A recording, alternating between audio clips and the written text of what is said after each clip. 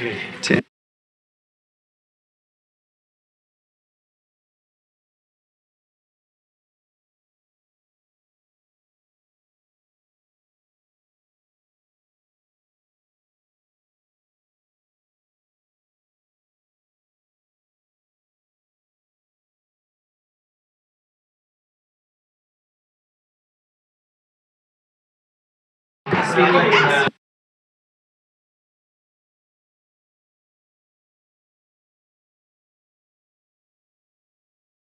Just push this button and it turns on.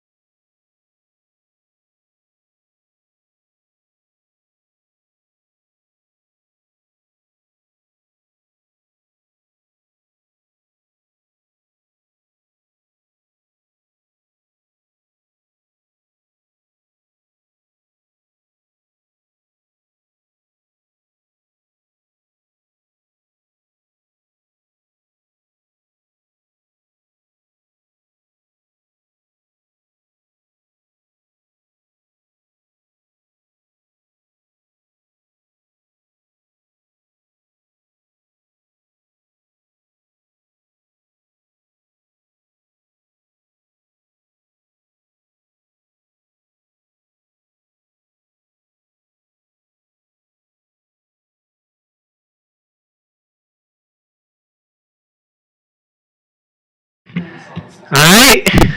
I think we're ready. Good evening, everyone. Welcome to tonight's City Council study session for Monday, March 9th.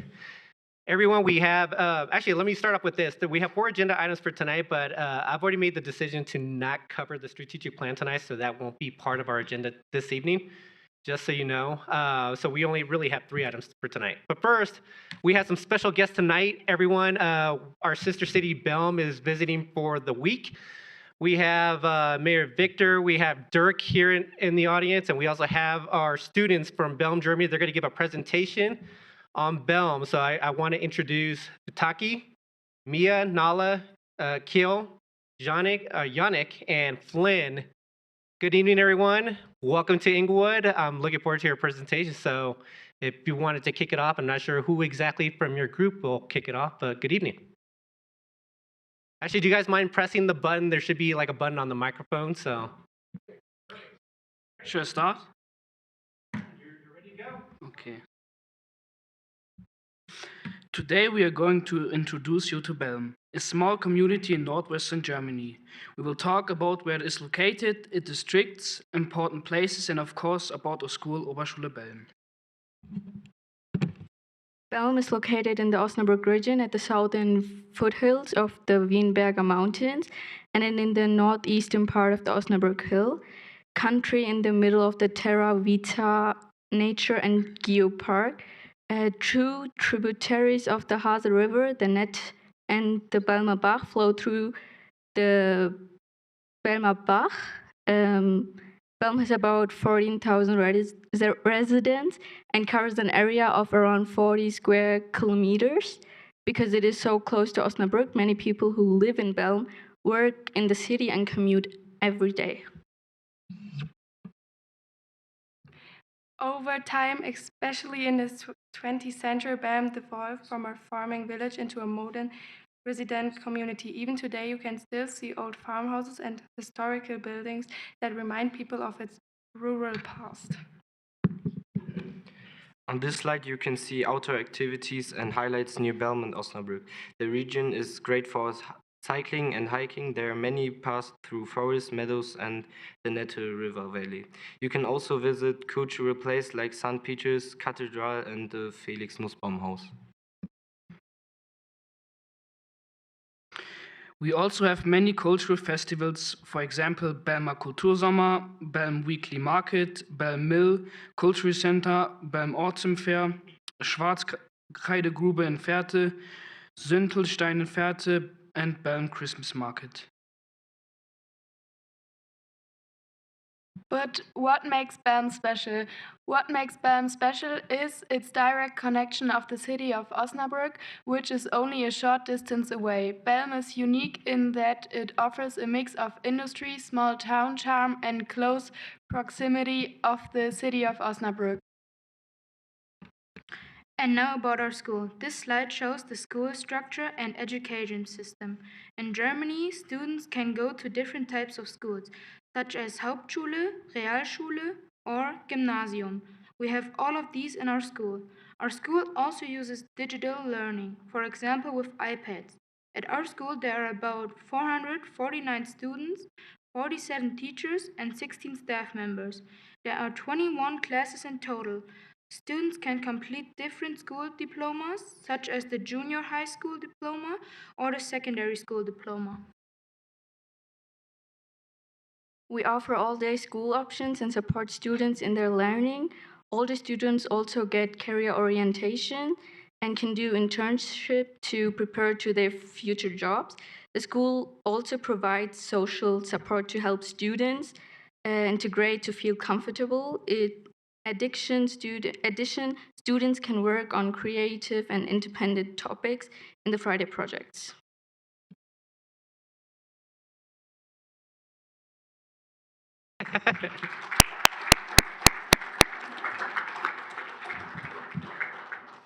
Thank you very much for the presentation, everyone.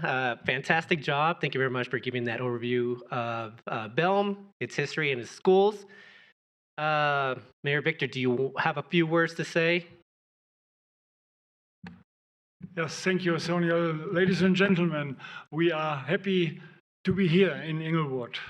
The way from Belm is not so easy, and we talked about we make a stop in Washington, D.C., very impressive, and the first impressions from Englewood are very well.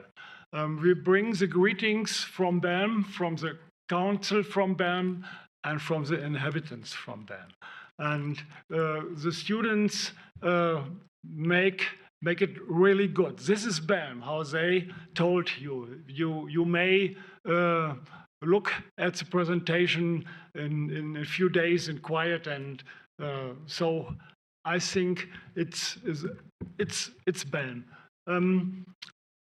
I'm thankful as mayor to be here when I think backwards to 2006, 2007, when Gary Sears, former city manager in Englewood, and Bernhard Wellmann, former mayor in Belm,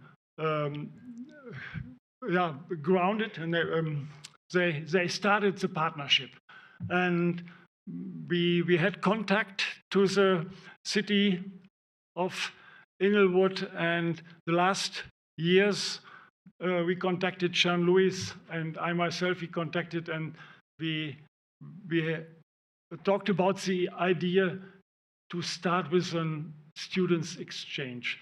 The people in Englewood and in Belm should learn each other, to know each other, and we may see that on both sides of the Atlantic, the people are really normal, so we think about ourselves.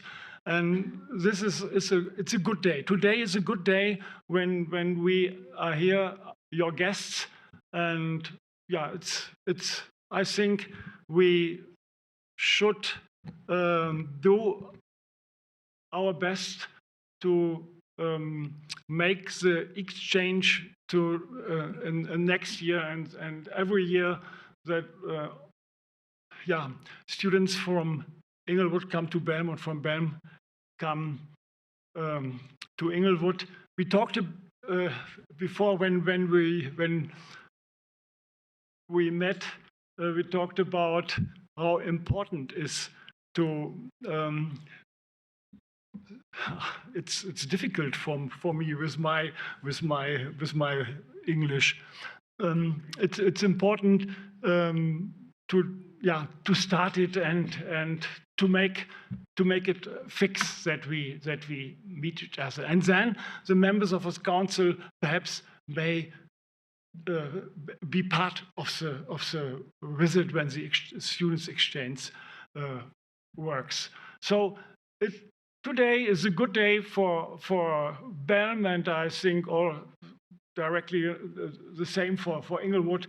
We revitalize the partnership, and I think we have a good look in the future. And so I say thank you that we are your guests, and we have a good future for our two cities. Thank you very much.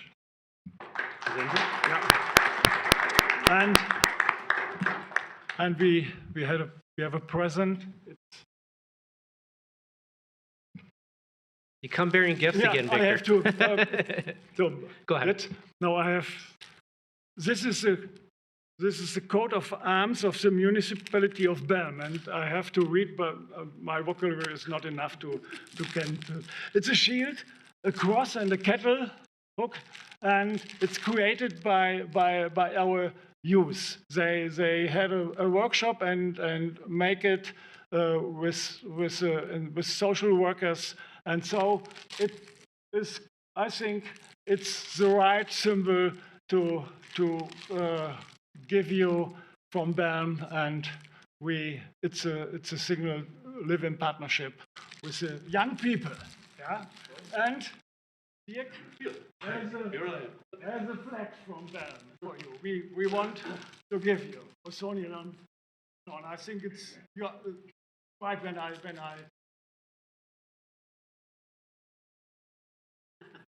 Aufstuhl.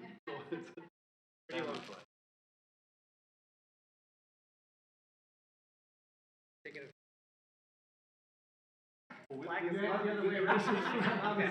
One more time.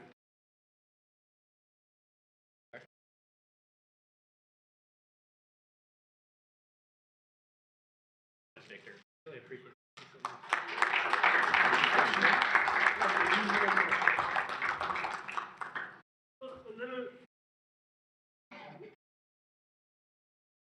A little present for the mayor.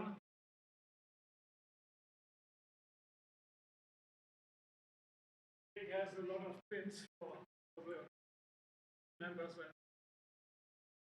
and people, and I see there's guarantees.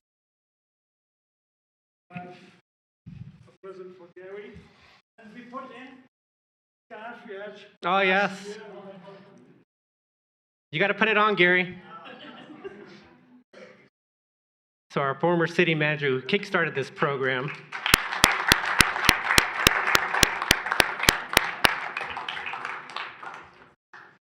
I'm not sure where exactly our cameras go around, but yeah.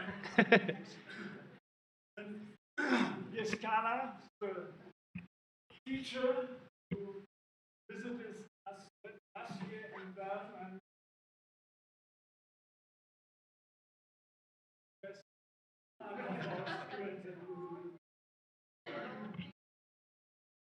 we say thank you. Our thank you to all of them. Thank you so much, Victor.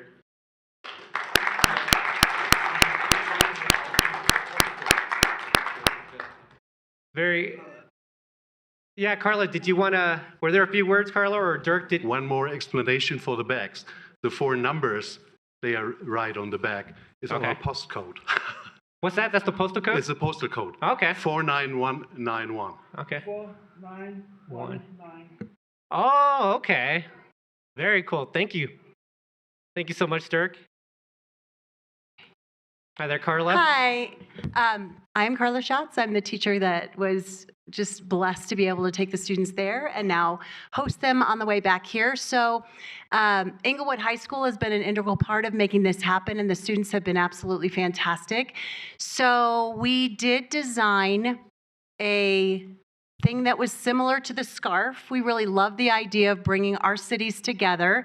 So if you open the black banner that you have there, that is for framing for each one of you.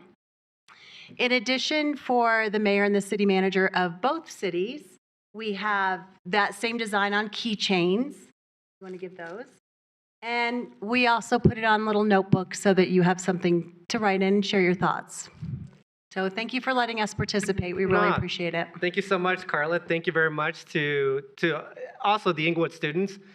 3 are in attendance tonight. Obviously, they are helping with the excursions over the course of the week with the students from Belm. So yeah, thank you very much also to the host families here in Englewood that are hosting our Belm students as well. Are you guys open to answering any questions from us? Do any members of council have any questions for either the students or for Dirk or for Victor? I guess I have a question because I think for most of you, it's your first time in the United States. And before you came to Englewood yesterday, you were in Washington, D.C. Are there any highlights from the trip so far? From anything that has stood out regarding the trip? Well, we are teenagers, so we don't really are interested in monuments and stuff. But I did like, I did like the Capitol. I have to say that it was very interesting, and I do think that Washington has like a lot to see. And yeah, it was cool. We had to see that. Yeah, it was a great experience. Vithaki, you just proven the point that teenagers are the same all around the world. My son would have said something very, very similar. So no, that's great. Thank you so much. Any questions from other members of council? Go ahead, Tina. Thank you.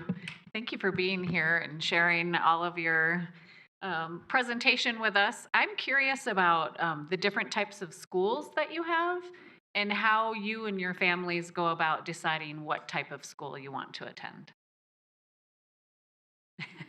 And you get to answer for everyone. Yeah.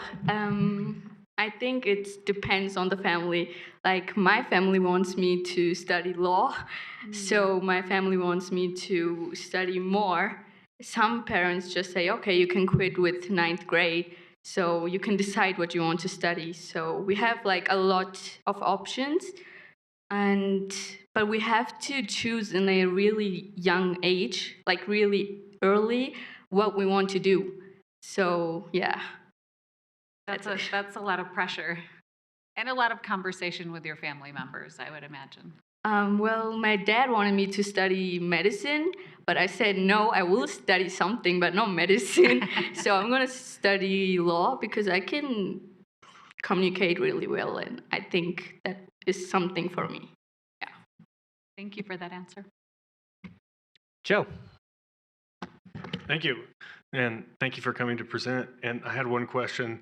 I do hear that you're not as interested in monuments, but I heard a rumor that you're very interested in fast food restaurants. And I wanted to know what's your favorite fast food place or food place that you've eaten so far since you've been here? Okay, so they're saying that they like Shake Shack. Shake Shack, and okay. Yeah. Yeah. And Raising Cane's, sorry. I forgot that. Nice, very good. Thank you. Yeah. Thank you again. Are there any restaurants that are still on your list? Obviously, it's only been, day 2? I guess day 4 overall, but what's still on your list? Well, we 3 had Taco Bell's, but he didn't, so he wants to go to Taco Bell's. And yeah, do you have something else? No, I don't think so. Okay. Yeah, we ate like 4 times in a day, so in Washington, we tried everything out. When in America, right? So, any other questions from members of council? I really appreciate you. I'm looking, well, I guess overall, really looking forward to this week here with the Belm Delegation coming to visit Englewood. We have an entire week planned for them. I think tomorrow, I think it's going to be a school day for everyone. Everyone's going to be at the Englewood High School and partaking in that aspect of it. I think Wednesday, it's going to be the city capitol, so they'll be downtown meeting with our representatives, Matt Froelich, Jeff Bridges, doing a tour of that. I believe, is the museum also part of that day, museums and that type of thing? So they're going to spend a lot of the days on Wednesday in Denver. Thursday will be a day where they will be spending it up in Georgetown and Idaho Springs. So they'll be doing that aspect of it. And then, for anybody that's looking forward to the cold or the snow, you'll get a little bit more of that up in, especially Georgetown, just because it's a little bit higher and they have a frozen lake as well. So that'll be pretty cool for you to experience. Friday, I think we're back here. We're going to be planting a tree at Bard Park at 10 a.m. on Friday. We'll do a goodbye dinner that evening. And I've already kind of said it to Victor and Dirk and Sasha and your Yana as well in terms of the evening. But I think, so Tuesday night, you're going to go to an Avs and the Oilers game. Part of the reason why is one of their top players is actually from Germany.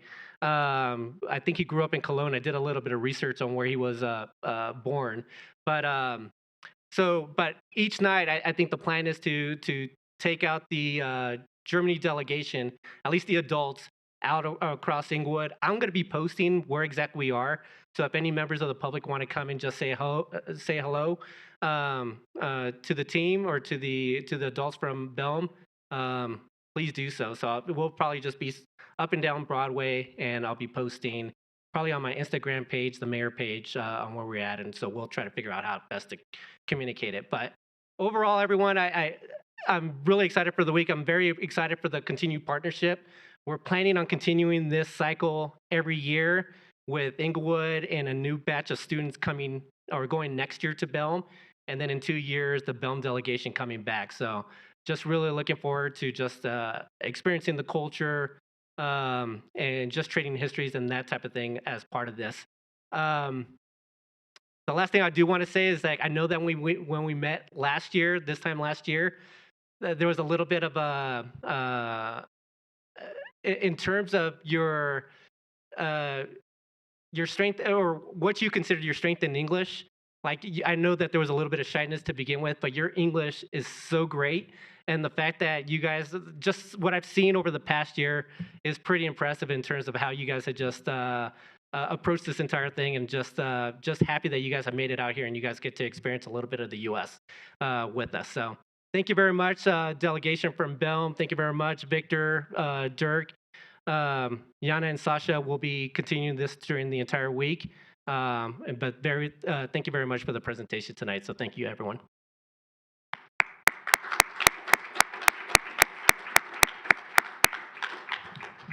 I think with that, everyone, I think we're going to move on to the second agenda item. Unless you guys want to stay. Yeah, if you want to stay and participate.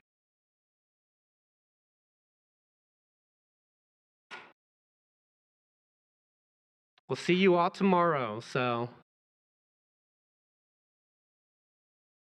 all right, everyone, we are moving on with the second agenda item. We have our planning manager, Bryan Isham, here to discuss possible amendments to the short-term rental regulations regarding waiver of the primary residence requirements.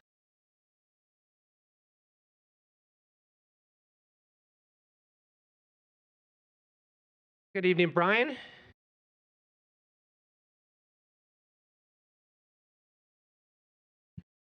Good evening, Mayor and Council. I didn't mean to scare everybody off, but It's exactly what you did. Yeah, go ahead. I do want to start this presentation with saying that this by no means is a discussion about removing the primary residency requirement for short-term rentals at all. Actually, kind of the opposite.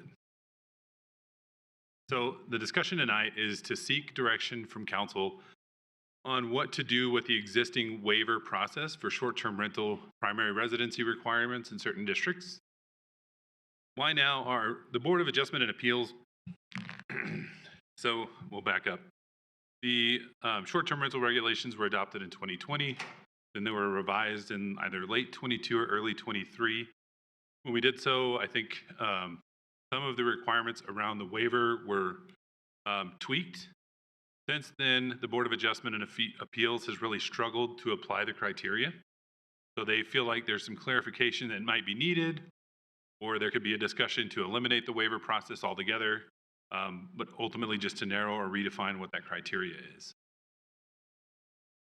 So the primary residency requirement for short-term rentals is primarily in our R1, R2, and MUR3 districts. It must be the owner's primary residence.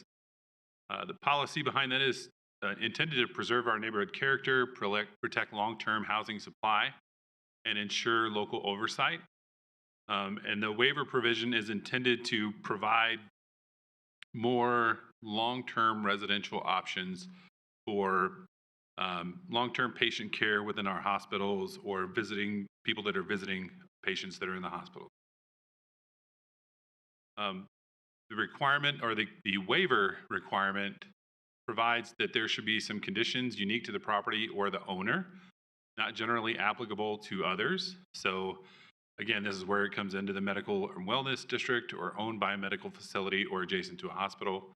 The property owner or the applicant has to provide alternative effective means assuring that there's oversight and compliance with our rules and regulations, and that the STR will not alter the essential neighborhood character. Since 2020 and the original adoption, we've had 8 total requests. The Board of Adjustment and Appeals has granted 7, ranging from 6-month approval to 26-month approval. One was denied on Lincoln Street. That one was denied. I believe there was no alternative effective means provided during that application, so there was some difficulty approving it. We've had 2 repeat requests, so 2 renewals. Current activity, out of the 5 approved sites, 3 of them have completely discontinued their short-term rental applications. 1 remains active, and 1 was recently approved and has not gotten their short-term rental license. So some of the challenges that have been identified by the Board of Adjustment and Appeals. First is the lack of a definition of predominant or predominantly.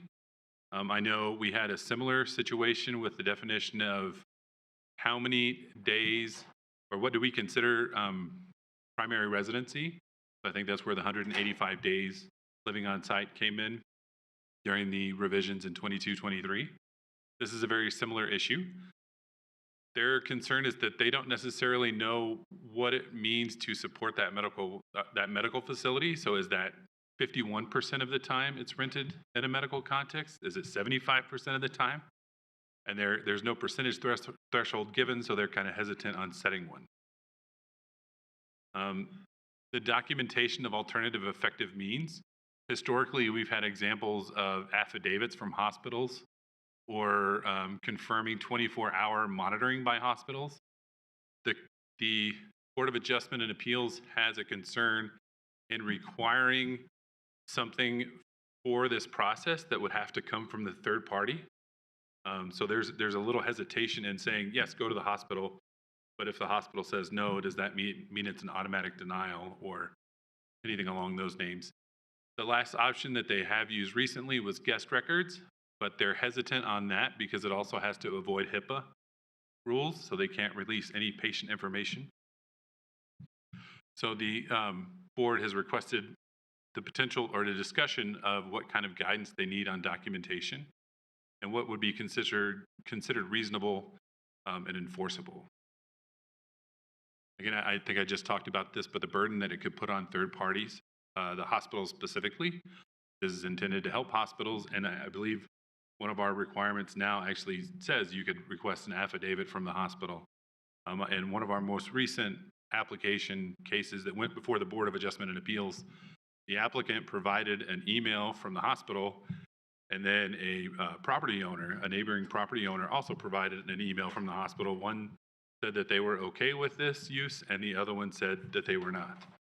So we're getting that kind of conflicting information from hospitals, so there's a fear of requiring any kind of burden on the third party.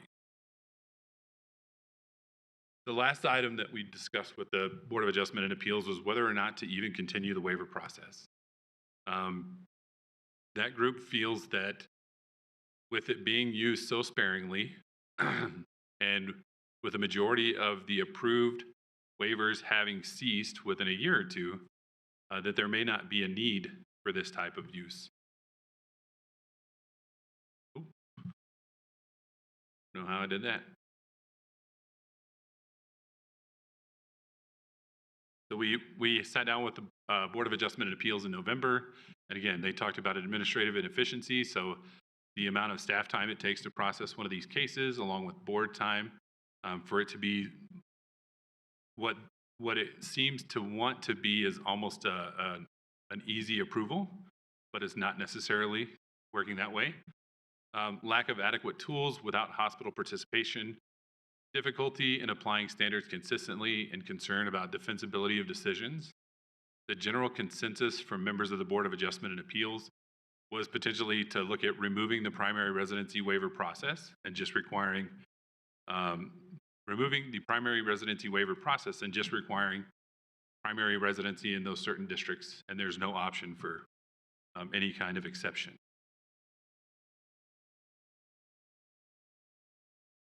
If the council chooses to keep going in the direction that we are and including the waiver process, what the Board of Adjustment and Appeals has talked about was if it's really based on providing housing options to the medical community, maybe looking at a by right process that uses proximity to our local hospitals as the base measure, and then letting the Board of Adjustment have further discussions on how to define the objective criteria, what would be considered in the alternative effective means, and then looking at whether or not just medical facilities themselves is the only group that we would target as far as land uses. One of the Board of Adjustment and Appeals members brought up, he'd asked if there were any other uses that might be an option, such as hospice facilities.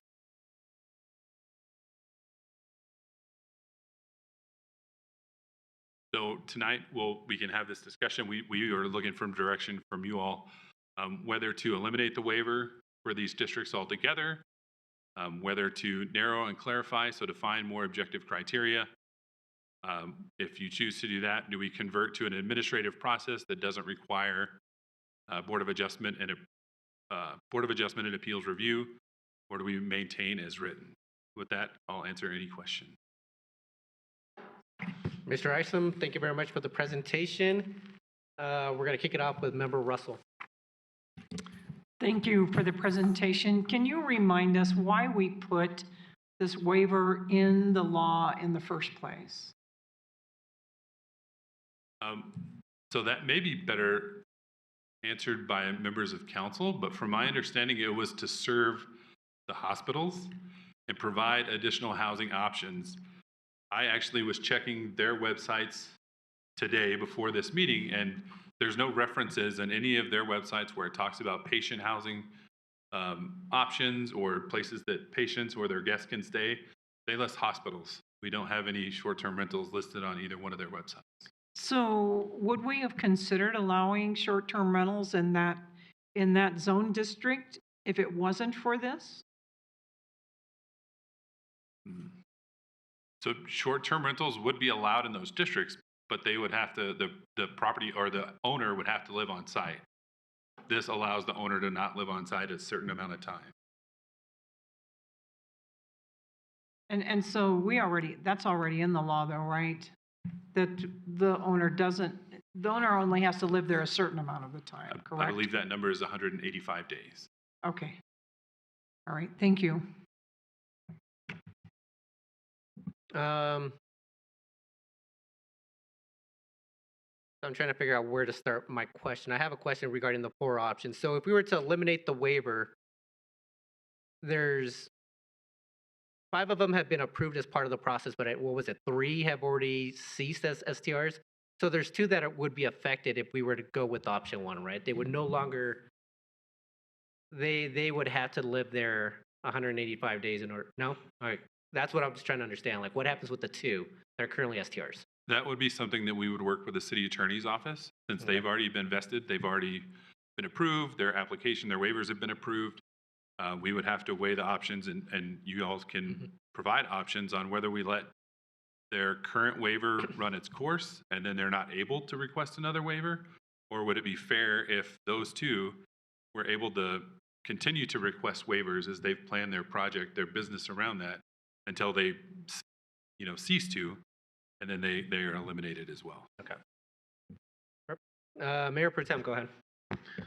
Thank you for the presentation. My question is just about the different zone districts. Do we have any zones where there's no primary residency requirement? That's a good question. We do our more commercial zones. So the MUB1, make sure. So business district along Broadway, perhaps, where you would be allowed to put in a hotel or something like that. Is that?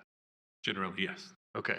And now, are the waiver requirements that we have had applied coming from particular zone? Are they coming from the mixed use zones? Because I think those are the ones that are directly adjacent to the hospitals. Or are they also coming from the R1 zones as well? Or you had that information? So on this map, I don't have the zone districts, but the green arrows are the properties that have requested. So you can see that there's 3 on the southern side of Englewood that really are not that close to a hospital. No. We've only had 3 properties that have had approved waivers that are in 2 to 3 blocks. Okay. Okay, I'm just wondering if the interest is having them in proximity to the hospital, if it might be helpful to just allow them by right without the primary residency requirement in the MU zone district, since there's a lot of that right by the hospital. If I remember correctly from the zoning map that is in my head.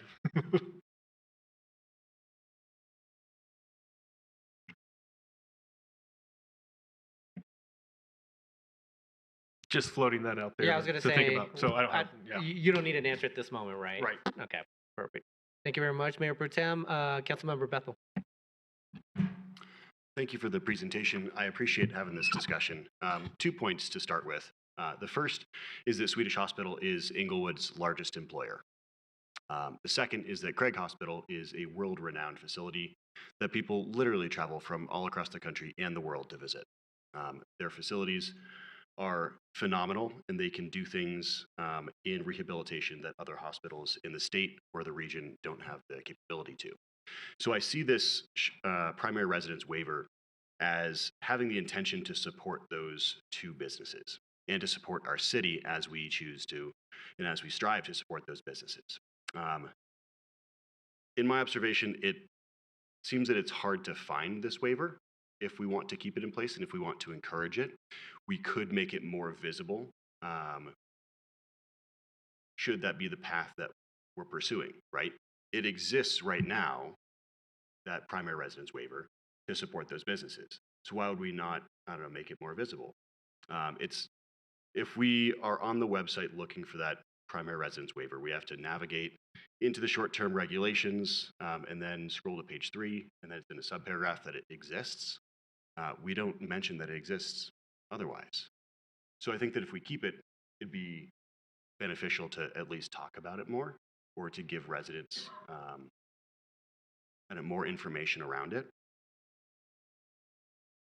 I would also say that short-term rentals on the whole are challenging for our housing supply. And as we're discussing creating more affordable housing, short-term rentals are kind of antithetical to that purpose.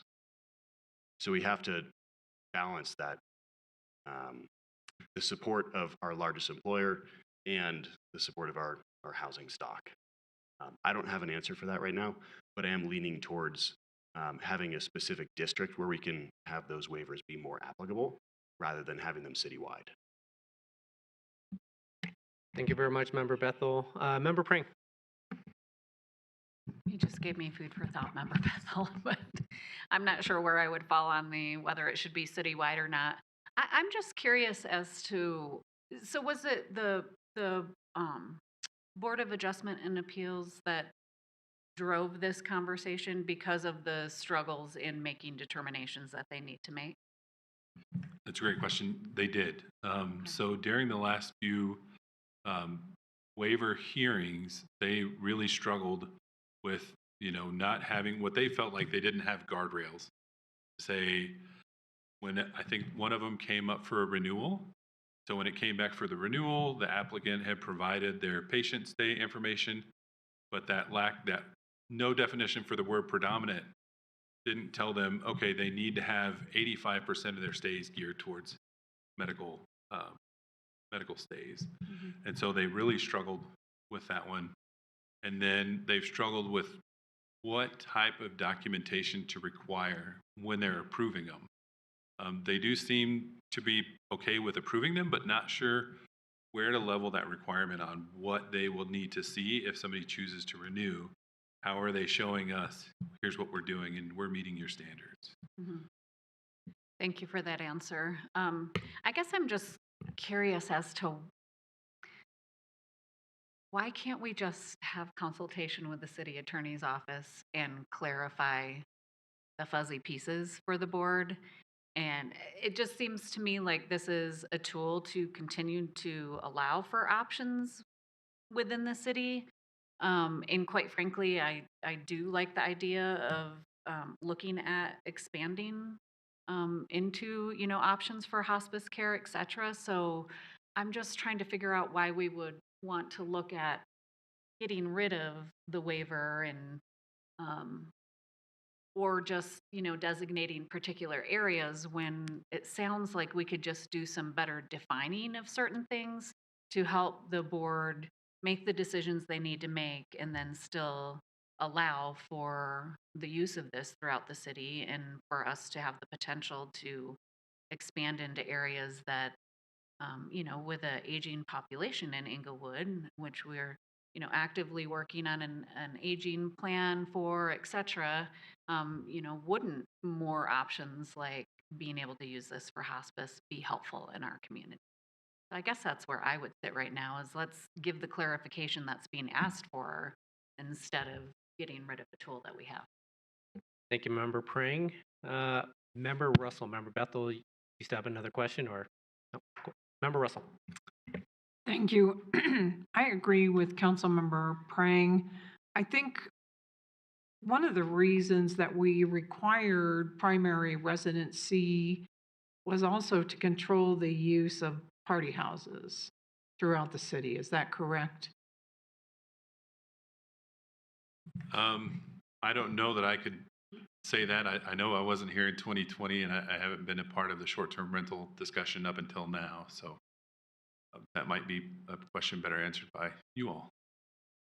I appreciate that. I'm not sure that I want to waive that primary residency requirement.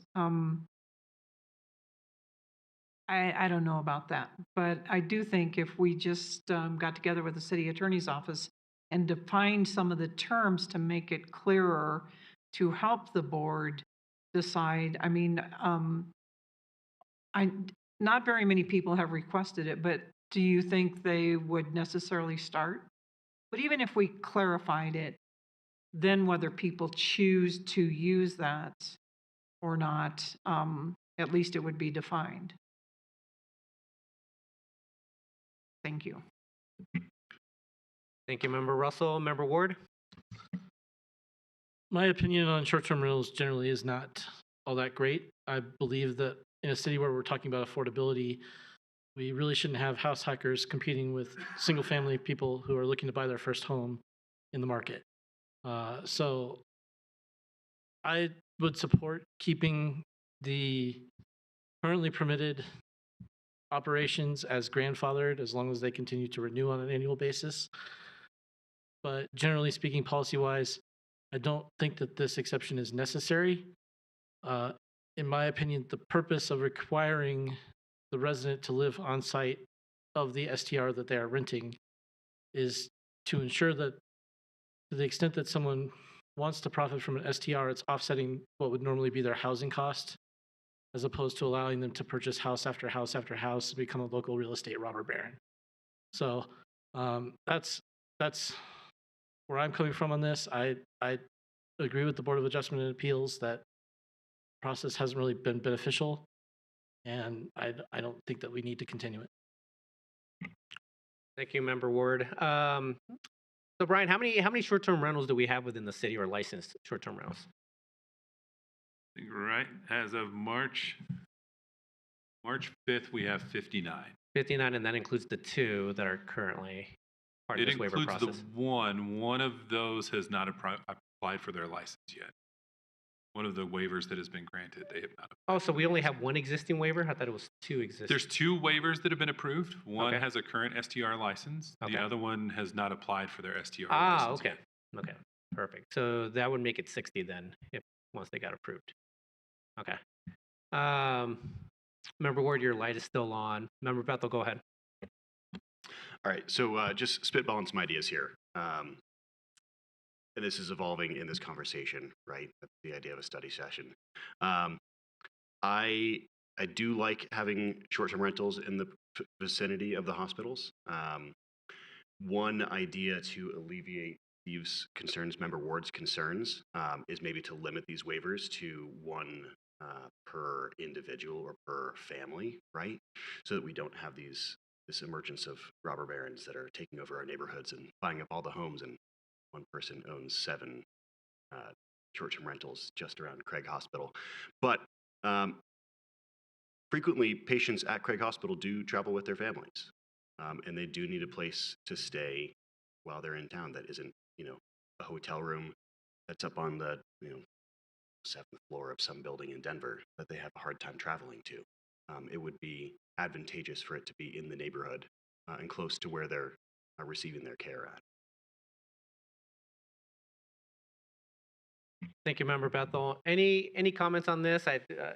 Unless there's other questions for Brian, but I can voice where I kind of sit on the item on this council item. I think my preference right now would be to eliminate the waiver. The part of the reason why is that we'll see where we're at, Brian. But I think what I would want to understand is if we did want to define what the objective criteria would be on this, I'd like to understand, excuse me, what other cities are doing in order to kind of allow this type of waiver in similar situations. The issue that we put the BOAA in by not really having that definition is obviously the reason why you're here tonight. So that would be my preference. But the fact that we have 59 STRs in the city today, to me would be, we're providing that capability to any families or patients of Swedish and Craig to using those STRs. So I think there's still an STR process if they wanted to rent those out.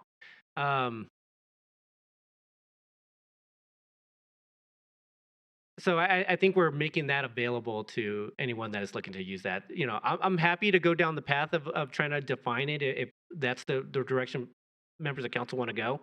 But I think that the fact that we do have STRs in the area, I think kind of satisfies the needs that I'm comfortable with at this point. We'll go to my left, Mayor Pro Tem, and then Member Prang. I think looking at the options, my first choice would be to allow it by right in some allow them by right without having to get a waiver or have primary residence with some proximity to the hospital, whether that's you doing it by zone in the MU district or distance to the hospital or something requirement, because I think that gets us the best, the best possible outcome is make it easier for people to get them and provide more in closer proximity to the hospitals. If we want to provide this for the hospitals, that's, I think, the best way, and it relieves the Board of Adjustment and Appeals from having to decide it. Secondly, if we don't want to go that way, I'd be happy to talk about defining the criteria more clearly. I don't know what exactly that would mean. I'd be happy for staff to weigh in on that. And so those would be my two top choices. Your mic. Sorry, I turned it off instead of turning it on. Councilmember Anderson, there is an area south of Old Hamden, between South Old Hamden and Hamden, from, I think it is around Lincoln to Lafayette, that is zoned, they're zoned M1, primarily where the hospitals are, but M2 to the south. That area has no primary residency requirement. So there are areas within like very close proximity to the hospitals that already have no primary residency requirement. So that that helps kind of hit where you're trying to go. Okay. Yeah, with that, I would be more open to considering eliminating the waiver requirement already, knowing that knowing that they're already allowed in close proximity to the hospital. Thank you very much, Mayor Pro Tem. Did you state Old Hampton? It was Old Hampton from Lafayette to Lincoln? Was that? Okay. Sorry, to Logan. Yeah, between Logan and Lafayette, Old Hamden to Hamden, there's a small chunk of R2 in there. Okay. But the majority of that is zoned to M2, so it allows it without the primary residency requirement. Okay, so it's at MU2. Okay. And then there's some M1 to the west that also would allow it without the primary residency requirement. So we have plenty of opportunities in that area, just none to the north of Girard. Once you hit Girard, that kind of is the stopping where it would require it again. Okay, cool. Thank you very much for that clarification. Member Prang. Thank you. So is that kind of like a natural by right process then, just how those areas are zoned? I was kind of tracking with what Mayor Pro Tem was saying about the by right process. I mean, my preference still is to just define things better so that Board of Adjustment and Appeals can effectively and clearly and consistently make the decisions they need to make. And so I'm glad that we do have some natural occurring areas right by the hospitals, because I guess to respond to Mayor, what you said earlier, that we do have, 59 STRs throughout the city, but when someone's coming to one of those hospitals and their family's coming with them to have a surgery, say at Craig, that's pretty major surgery, and you want to be in close proximity. And also, we're doing all of this work right now to do complete streets and make that whole corridor more walkable, etc. So for me, like, maintaining a healthy option and even potentially being able to expand on that option is the better route. I don't see where, 59 STRs in the city is probably having a super negative effect on affordability and access or attainable housing. I think other issues are impacting that within the city. So I'm going to sit still with giving BOAA what they need, better defining things, and continuing to look at the possibilities of expanding on it. So, like I said, with our aging population, once families get to the point where a person may need hospice, I can speak from personal experience with my mom in Michigan. She went into hospice and didn't use a hospital or facility. It was in a home that was donated within the community, and it was a really nice setting for the end of her days. And so just being able to make sure that we're kind of continuing to look at a variety of options for all needs across our city is important. Thank you. I actually did hear at least 4 council members that were open to other options based on your initial statement, Mayor Pro Tem, or at least defining if, Yeah, and I would like to have that conversation. okay. All right, so I heard 4, Mayor Pro Tem, yourself, and Member Prang, Member Bethel, and then Member Russell. I heard that you were open to just defining that as well. Okay, so I think, Mr. Isham, do you have what you need from us tonight, or is there any further clarification that you will want to hear? I think I have it. Here's my thought. What we'll do is we'll go back to our board, talk to them about how they would define that criteria better as option 1. Option 2, we can look at a by right process that looks at hospital proximity as something, maybe, I think, just thinking off the top of my head, using the EDDA boundaries or something like that as a proximity measure. And then the third option of just waiving it all together. What we'll do is we'll sit down and get some zoning maps together to show you areas so you can visualize what areas actually require the primary residency requirement and where it would be waived, and then where our STRs are located. I think those things would help you all make better choices than just the map of the 6 that we've done so far. Okay. All right, sounds good. Any further clarification from members of council regarding what was just stated? Are we good with the direction of next steps? All right, perfect. Well, Mr. Isham, thank you very much for the presentation. Thank you very much to council. With that, everyone, let's take a short break. Let's try to get back together a little bit after 7 o'clock, so like 7:02 or so. It's a 10-minute break to discuss the item on data sharing. So thank you so much.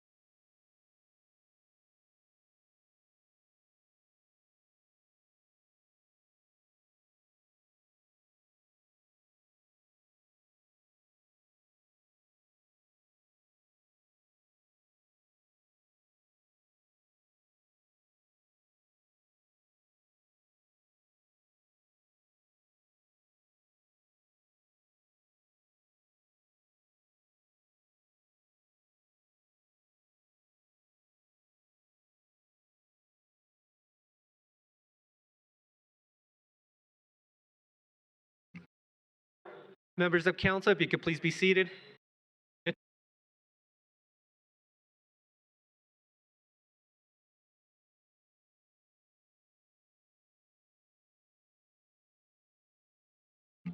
All right, everyone, we are now back. We're moving on to agenda item 3, or actually it's 4.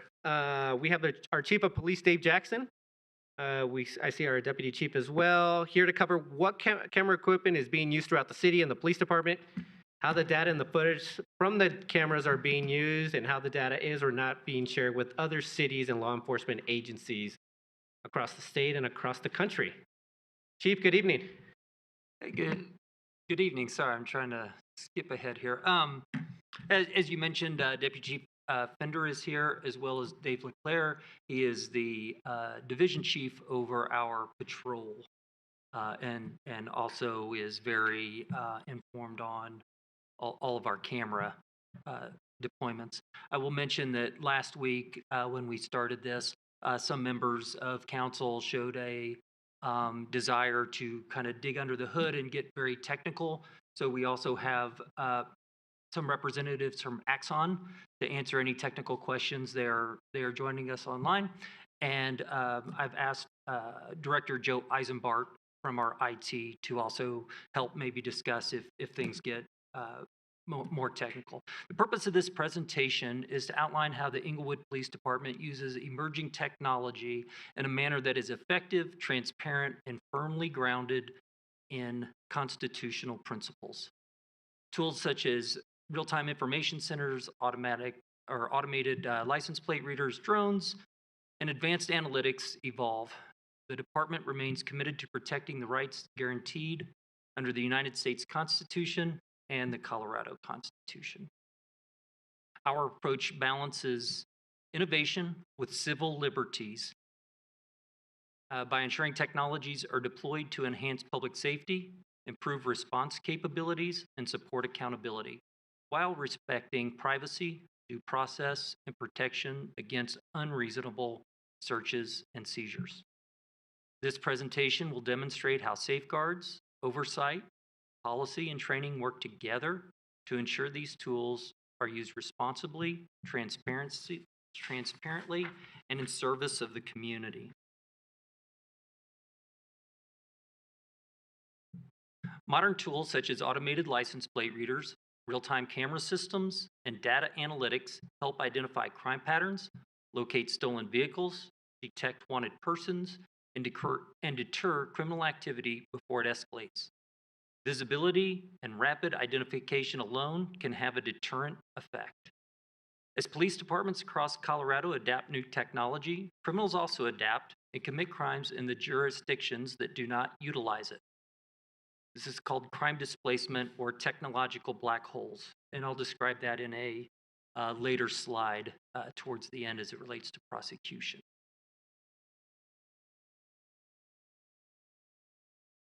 Aerial support by way of drones as first responders, real-time camera systems, and ALPRs, that's automated license plate readers, reduce uncertainty during law enforcement incidents. More accurate information leads to safer tactics, reducing risk to officers and community members. This is how we use that technology to de-escalate situations and have less physical encounters. Real-time information before officer arrival guides the officer on scene dynamics, presence of weapons, suspect locations, fleeing vehicles, allowing officers to formulate plans to minimize confrontations and reduce use of force incidents. Technologies like DFR's drone as first responders and cameras provide officers with immediate situational awareness. This allows responders to assess threats, coordinate resources, and make informed decisions quickly, often before arriving on scene. Drone response time in the City of Englewood can be between 90 seconds and 3 minutes. We'll get into some other response times later if that's where this goes, but 90 to 30 seconds to respond is a great improvement. This improves efficiencies and creates more productive or proactive law enforcement activities, as these programs have proven that police do not have to respond to incidents in which a drone can be deployed. With limited staffing and growing service demands, technology allows agencies to deploy personnel strategically. Data-driven policing helps focus resources on areas and times where crime is most likely to occur. Technology is a force multiplier. These tools can assist officers in being available to proactively patrol in areas requiring a high level of police presence, instead of responding to an area in which the call is not substantiated or the subjects of the call are not on the scene. Integrated video, ALPR data, and aerial imagery provide objective documentation that supports witness statements, establishes timelines, and strengthens probable cause, leading to more thorough investigations and improved prosecutorial outcomes.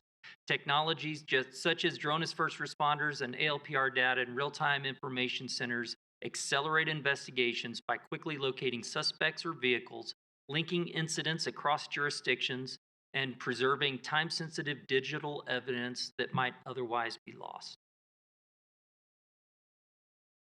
Integrated video systems, drone footage, and ALPR data can create time-stamped, audible records that preserve facts as they occurred, reducing reliance solely on recollection and strengthening the integrity of investigations.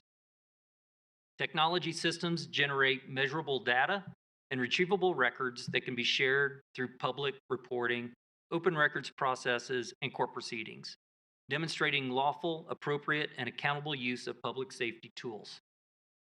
This allows supervisors to monitor incidents in real time and conduct thorough after-action reports, ensuring policy compliance and consistent decision-making. When governed by clear policies, training, and oversight, technology helps law enforcement agencies meet public safety goals while respecting privacy, due process, and protections against unreasonable searches and seizures. Flock and Axon, ALPR, allow departments to control the information allows departments to control who they share information with. EPD currently only allows Colorado agencies to access our Flock data. In short, leveraging technology is not to replace officers, but to support smarter, safer, and more accountable policing in an increasingly complex public safety environment. I'm going to go a little bit more in depth on the camera systems that we use in the city. The first being the Vigilon system, which is what I call a closed system. It's our city system that we use throughout the city. That includes this building that we're in today, the city facilities, our police department, the schools, and we're able to access that camera footage. But like I said, it's in a closed system where only we're allowed to access it. All of the, we're the custodian of records on this, and it is stored and retained by the city on a rolling 30-day cycle. The chief spoke about it, but we also use the automatic license plate recognition cameras, or the ALPR cameras.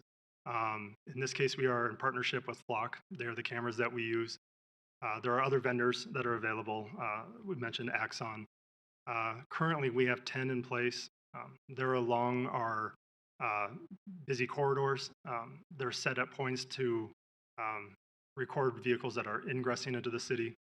And we have 2 flexible cameras that we can move throughout the city if we need to, if we identify a hotspot or somewhere that we'd like to place them. They are currently not deployed. The data is maintained and stored by Flock in their secure servers. It's deleted on a rolling 30-day cycle, much like surveillance cameras. To record the images if they're not used or we don't need to access them in our investigations, then they automatically get deleted. We own the data, and Flock cannot release it without our permission. It's our data. Starting next month, I believe it's April 1st, we will be deploying the Axon system as well. Right now, we currently use WatchGuard, which is a Motorola product. We are transitioning to an Axon product. With that, our in-car cameras that all of our cars currently have will be converted over to an Axon product that also operates with the ALPR option. All of the videos uploaded into evidence.com. The cameras operate as ALPR cameras. Right now we have 2 in service. When we transition over, that will increase to all of our marked units. The images that these cameras record are what they match up on, what we call hits, or the ALPR data comes from a hot list that's downloaded through CCIC and NCIC through a secure network. Dave, if I might, real quick, just so council's aware, the IGA that we talked about last week between CBI and Englewood is for those cameras, the in-car cameras. And the Axon representatives can talk more about the security of that if you guys would like to. Thank you, sir. Also, we use what we call camera trailer. It's essentially a very overt system. We started using this at the end of last year. You can see a picture of it. I think that's not ours. It looks exactly like that. But it is a very overt system that we can put out in hotspot locations. We can also deploy it at when we have large gatherings like the 4th of July or block party. The trailer does not use ALPR. It's purely for surveillance. The footage is stored and retained by Flock as well, again on their secure servers, and it is deleted on a rolling 30-day cycle as well. Again, we own the data of that as well, and they cannot release that without permission. Like I said, it's deployed at hotspot locations, and we tend to move it around almost weekly right now. It has 2 cameras on it. It also has a loudspeaker, so if it's in a park and we need to give instructions or we need to speak over it, we can. Solar activated and is completely autonomous. The city we also use drones, which is more of a targeted type of camera system. Obviously, we've been using it for several years now. We have both indoor and outdoor drones. All of our operators are certified through the FAA. They take a flight test, and they operate all the drones in compliance with the FAA. The drones are taken out on patrol with officers who are able to fly them and deployed when needed. We call them trunk drones, typically, where they go in the back of a police car. And if we have a call where we need it, a lot of times that officer will pull over to a safe spot, typically a parking lot, and launch the drone so that we can use it for surveillance at that time. This is also covered by in-house policy on how this is used. Not on this slide, but we also, our drones fly through a tracking software so that we're able to track their flight patterns, altitude, speed, where the camera is aimed. All of that is kept on record. This is footage, we put this in, this is footage of a drone. Kind of wanted to give some background on how they're typically used.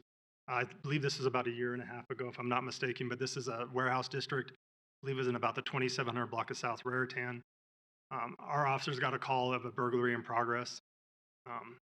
What you see on the screen here is not a police car, it's a suspect vehicle with the 2 suspects that were in and around the vehicle. Our officers are not on scene at this time. Just like I explained earlier, one of our officers en route to this stopped and put up a drone, which gives you the same kind of capabilities as a helicopter. It's just much quieter and allows us to get an eye on what's going on before we're sending cops or officers into a unknown situation. The video will play. I think I'm just out. There we go. So what you can't hear is the radio traffic, but the drone operator is able to give instructions to the responding units as they're coming in to exactly what they're coming into. I believe this was about, if I'm not mistaken, about 3:30 in the morning. So it's pitch black out. I know it doesn't look like it, but that's because of the camera system that's on this drone. This is our first officer responding. And then our second one that is able to come in.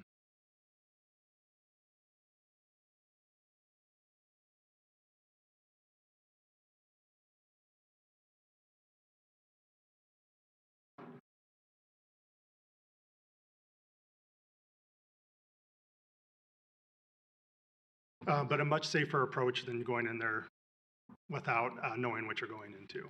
Dave, real quick on that one of the downsides, which is, I guess it's risk versus reward, is when we are deploying these drones specifically that we have now, that takes a sworn officer out of the equation because they're not being launched by anyone at the police department or civilian or a real-time information center technician. We have an actual sworn officer that has to stop and not be involved other than using the drone. I just wanted to point that out. We included another one. This is drone footage from more in the summer, we tend to get the like car club meetups, which can be tricky for us to deal with. Anytime you have sometimes hundreds of cars meet up, and we have four officers working or something of that number that needs to go in and try to contact them, it can be difficult. We've moved to this approach where we surveil it with a drone and can typically locate, I would say, the people who are committing crime, the burnouts, driving recklessly, and then we can use the drone to help assist our cops to make a safe approach. Let's see if this one is, but this is, again, we're able to monitor this, and we were able to single out this car that was driving recklessly earlier and use the footage to get our cops to come in directly, and also, in this case, good enough to pick out the license plate so that we were able to make sure that we were at the right car. Also worth noting, as you can see, the officers are kind of at the front of the vehicle and didn't go to the back. I believe that we determined that this was not a real license plate at all. Yeah, it was a fictitious So it plate. was a totally fake license plate that would have gone undetected. We also use drone footage and cameras for accident reconstruction. Years ago, whenever we had an accident, like a significant accident, we had to shut down the roadways and bring out a fire truck and literally raise the ladder and take aerial pictures. Now we can do it with a drone on scene, and it takes relatively little time. So I think, as you can see, is that we use kind of a layered approach with all of our cameras. There's not one that gives us everything that we need. We layer it in along with our body cameras as well.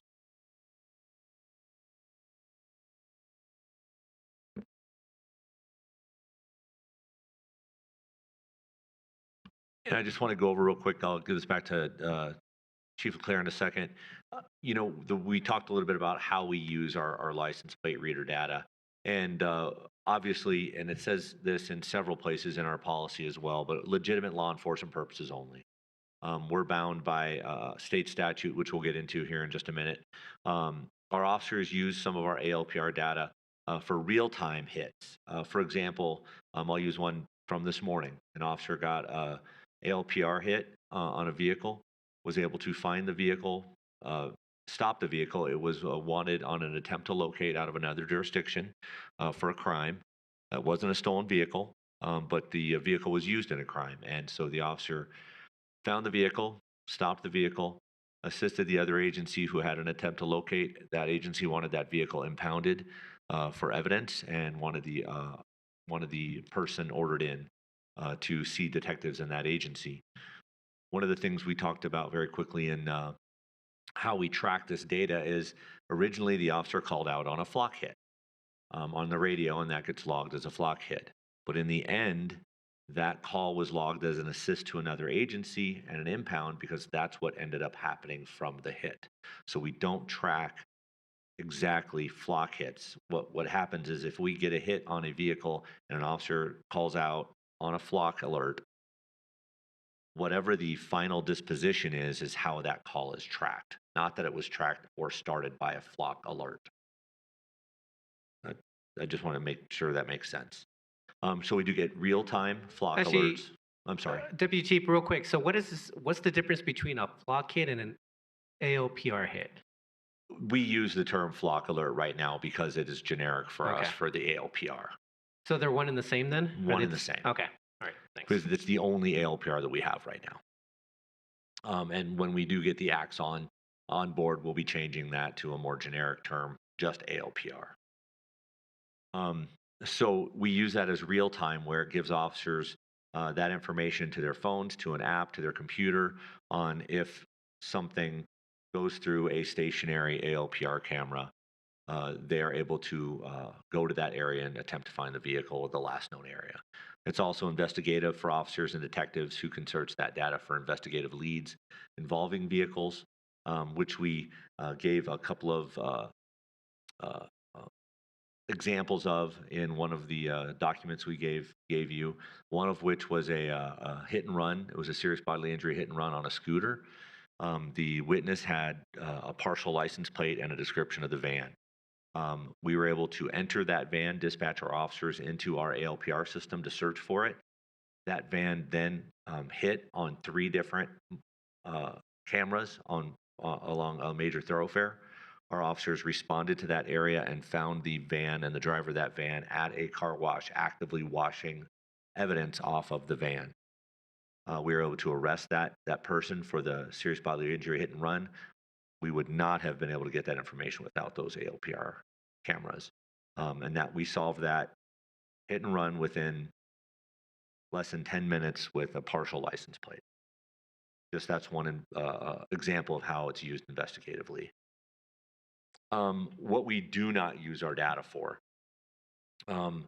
Obviously, we do not use our data for purposes of any civil immigration enforcement. This is all that is in state law. So that is prohibited by state statute.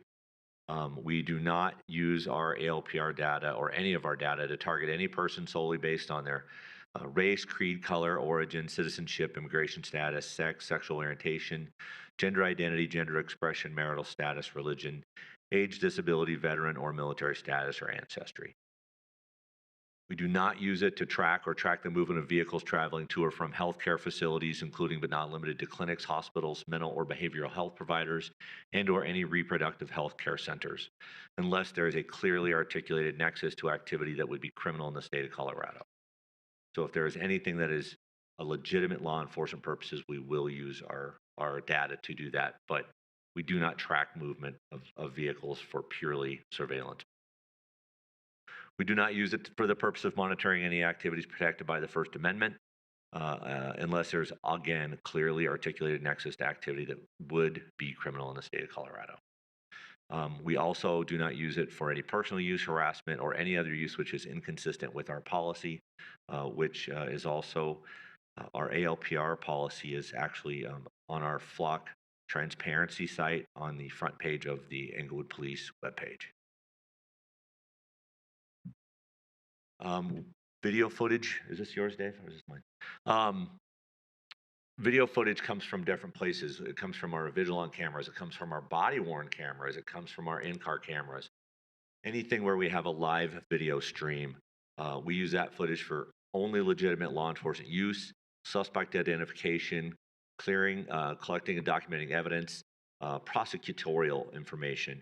We're in an age right now where our prosecutors, if they don't have cameras, if they don't have video, if it's not documented on video or audio or something like that, our chances of prosecution are much, much lower. We've reached the CSI effect that everybody's been hearing about since the television shows in the 90s and the 2000s, that everything's DNA, and if you don't have DNA, you don't have fingerprints, you don't have anything. Well, we're there now with technology. Cases are incredibly difficult to prosecute. Again, real-time situational awareness, resource allocation, and then supporting accountability and transparency.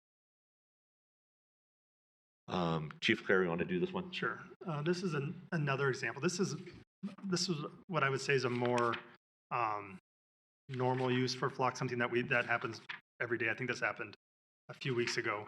The reason this video is put in here is that you're looking at the dash camera of one of our police cars. It's a relatively benign call, but it shows how we typically use it. What you're going to see when I hit play is that there's going to be a little fender bender over to the left-hand side. This officer happened to be sitting at the light when it happened, and I'll kind of narrate it through as we go through. But this Jeep right there to the left just got rear-ended by the car behind it. The Jeep pulled over to the right to make an accident report, and the car that rear-ended it decided that they didn't want to stop. So our officer pulled up behind the offender. Yeah.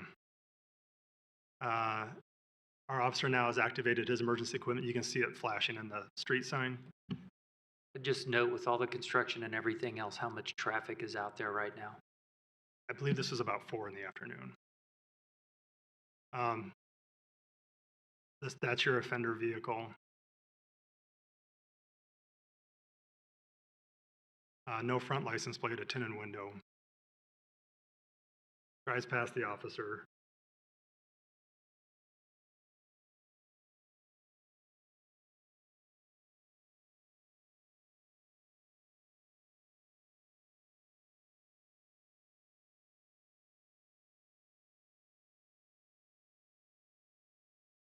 As another officer's responding. You'll see here that they're going into a construction zone where construction workers were actively out working. Everybody's been on Broadway over the last few weeks. It's quite congested right now. We discontinued at this point. Nobody caught the license plate, but there's a flock camera at that intersection that caught the license plate of the vehicle. We were able to find out relatively quickly, within seconds, that this car actually listed out of a address up in Commerce City, I believe, and we were able to send Commerce City by. And it gives us something to investigate. Whereas without this technology, that poor driver of the Jeep wouldn't have had any recourse. So it also eliminated us from having to chase this car through a construction site. So being able to get that information. You might ask why not just use the dash cam? The reason being is that there's not an officer typically sitting there, but these accidents happen all day long.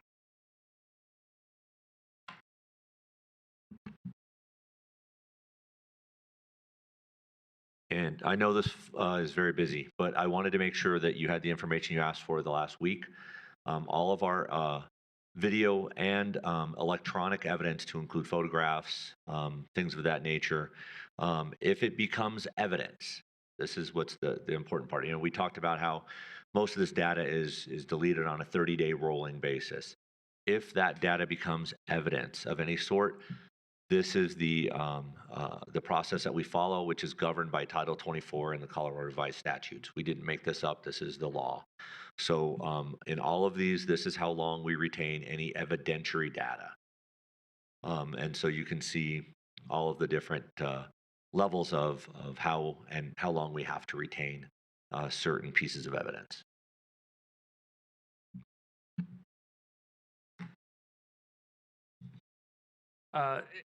As DC Fender kind of alluded to just a couple of minutes ago in his remarks of what prosecutors are looking for and what they expect in a case file, what they expect related to evidence as it comes to filing charges on offenders. Here is a piece of a statement put out by the Colorado District Attorney's Council at the beginning of this year as it relates to technology. Modern crime is a mobile, digital, and fast-moving. Law enforcement must have quick access to modern tools in order to quickly corroborate information, verify alibis, locate witnesses, and eliminate suspects. Preventing or limiting only law enforcement from using publicly available data from surveillance cameras, automatic license plate readers, or public databases does not eliminate the data itself. It just creates a dangerous information black hole. Delays justice for victims and decreases a police officer's ability to obtain the truth. There was more as it relates to the technology, and almost, I think 75% of crimes involve a motor vehicle, and I would say nearly at this point, 100% of crimes involve a phone of some sort. Most people have some type of phone on them, and accessing that information becomes more and more imperative for successful prosecution. Some questions that have been raised. There have been, to understand this, and the reason that this is in there is because so many of these questions have been asked throughout the country. There have been a lot of questions about the legality, constitutionality, et cetera. The most recent court filing that we could find was from federal court, a case out of Norfolk, Virginia. They have 176 flock cameras.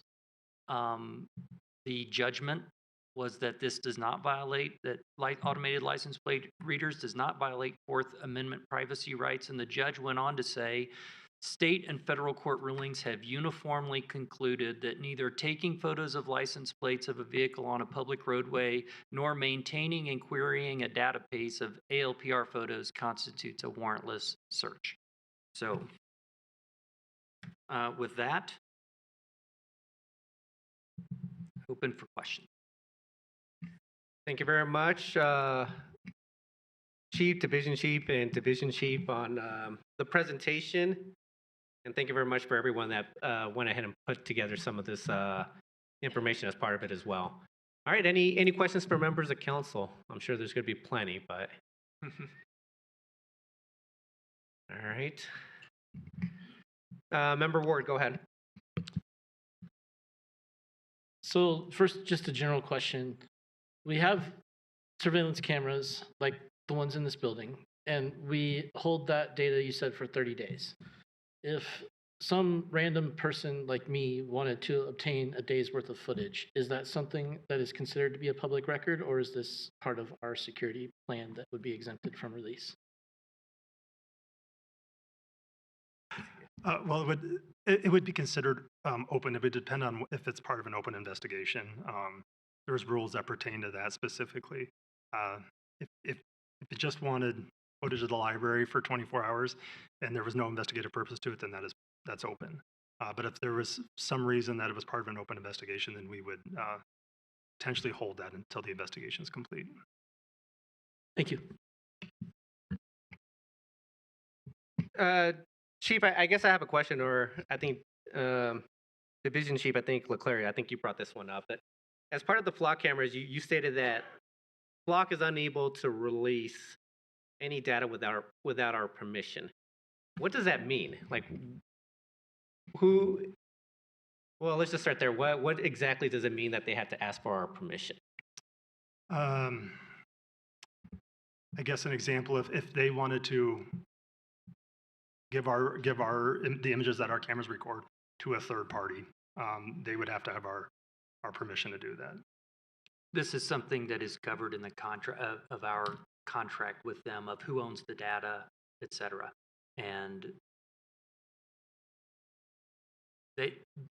anybody that, well, I guess to the extent, I guess if the question is that they disseminated the information without our consent, or they just acted outside the guise of the policy, what would be the repercussion there? Is that kind of the question? Well, I think my question is larger in a sense. So here's the way that I'm understanding the flock camera contract that we have in place today.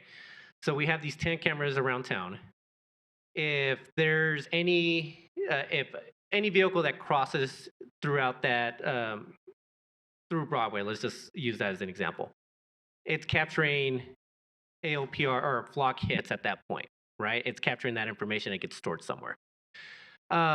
If that car comes across, crosses our borders and goes into another jurisdiction, there's flock hits that occur that alerts us or alerts their police department, alerts us as well that car has gone into that area. That's okay. That is not sharing of information, but that is okay. I guess the concern that I happen to have is more, if kind of to Member Ward's point, if information is being requested from flock themselves that give us information of this plate number, regardless of where it crossed, are they able to share that information with anyone? No, they're not. We can share between police agencies because we operate on the same set of rules. We're governed by CCIC, NCIC regulations, and we can share information. Releasing that to a public entity would be a violation. Okay, they're able to release that information if it's part of an investigation, though, right? Flock, no. No, flock. They would still go through the agency. It has to go through Englewood or whichever city. So if we're requesting footage or pictures from another agency, we don't go through Flock. We would request it from that agency. Okay. Thank you very much. I think, go ahead, Chief. And I'd like to just maybe clarify the first part of that question as well. You mentioned just a vehicle that wasn't wanted for anything that was going through that we would get a hit, and then we would get a hit if it went. If it's not wanted or if it's not flagged, we don't regularly get alerts that a vehicle went by. No. So, but do we capture any? Do we capture the license plate of every vehicle that crosses? We do. That, I guess that was more my point. Is we capture every vehicle that passes a Flock camera, and that gets stored somewhere. But does it get deleted immediately if there's no active investigation? I guess. No, that's a 30-day. That's still a 30-day. It's a 30-day rolling on that. And we are not, even if we get a request for someone to have data from those cameras, the Colorado Bureau of Investigations, correct me if I'm wrong, Dave, has told us that that information is not available to the public. Okay. Perfect. Thank you for that. I think it's Member Prang first, and then Member Russell, and then Member Bethel. Go ahead, Member Prang. Thank you. Thank you all for being here. I want to especially thank the chief for the willingness to be here and allow us to look under that hood in the spirit of collaboration and transparency. So thank you for bringing folks along that can really help us better understand the systems, and for Axon to be available to answer questions if needed. There's a lot of information here. I think I do, based on the presentation, understand a little bit better the systems that we're working in.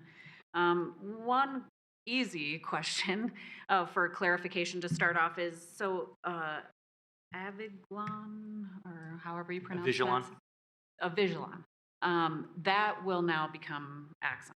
No? That's still a separate system that will be maintained. Okay. Correct. Yeah, the Avigilon system is city-owned. City-owned. So those are city-owned cameras at city-owned facilities. Okay. And we also use that as our video management system for all of those videos. And we are the custodian at Englewood. Our records division is the custodian of record for all of that video. Okay. So that's where we maintain our data in 30 days rolling. Data gets deleted For the unless Avigilon. it becomes part, evidence of an investigation. Correct. For example, like what I'll use for that is, let's say that we have an arrestee in our holding cell area. That footage in our holding cell area through the Avigilon cameras would get saved as part of that criminal case. Okay. And that would be retained for the amount of time that was on that schedule. slide. Yes. Okay. And so with that system in the data that's captured and that we're retaining, how is that retained? Is it like in cloud somewhere? Do we have? Yeah, thank you for being here and being able to answer those types of questions as well.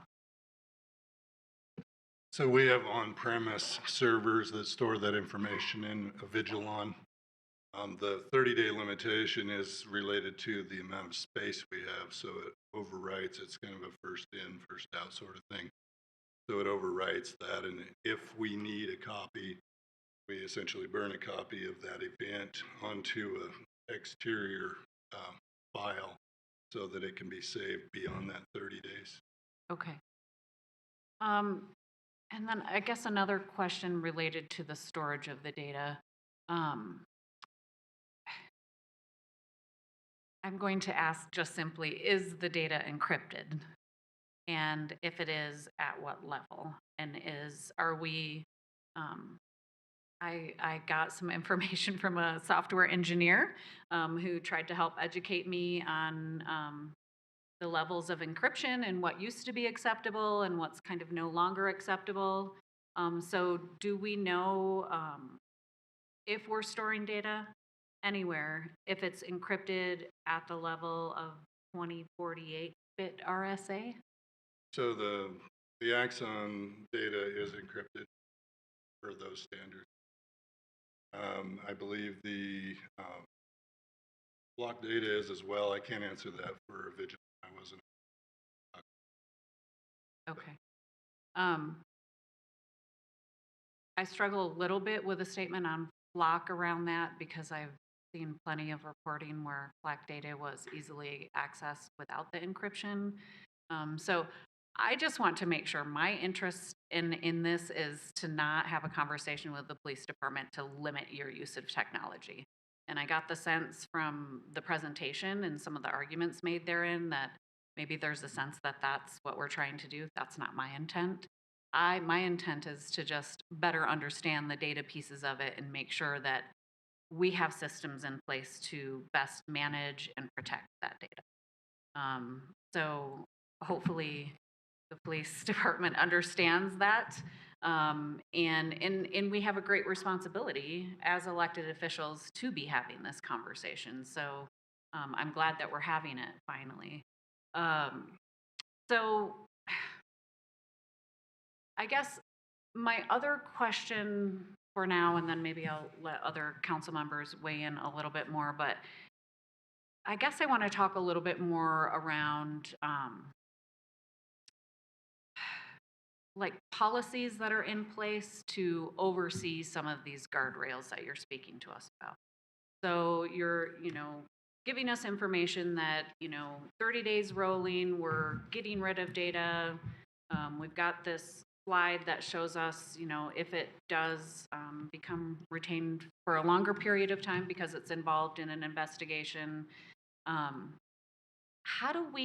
What are our policies, our oversight measures that are in place or strategies to assure that those guardrails are happening so that this data is getting deleted on the schedules that it's supposed to, that what we're being told in our contracts with Axon or any other entity that we have contracts with, for instance, this IGA that's coming up. And now we've got NCIS, CCIS, Axon. We've got multiple systems that are playing with one another. And within those agreements that we have, there's some assurances given to us about the protections of those data. What do we do as a police department to double check that all of those things are actually happening and that the data and the operating within that contract and around our data is actually true to what's been promised to us? Great questions, and I did take some notes, so I think allow me to start at the beginning because so all of our data is stored in what they call a CJIT compliance or state control. This is the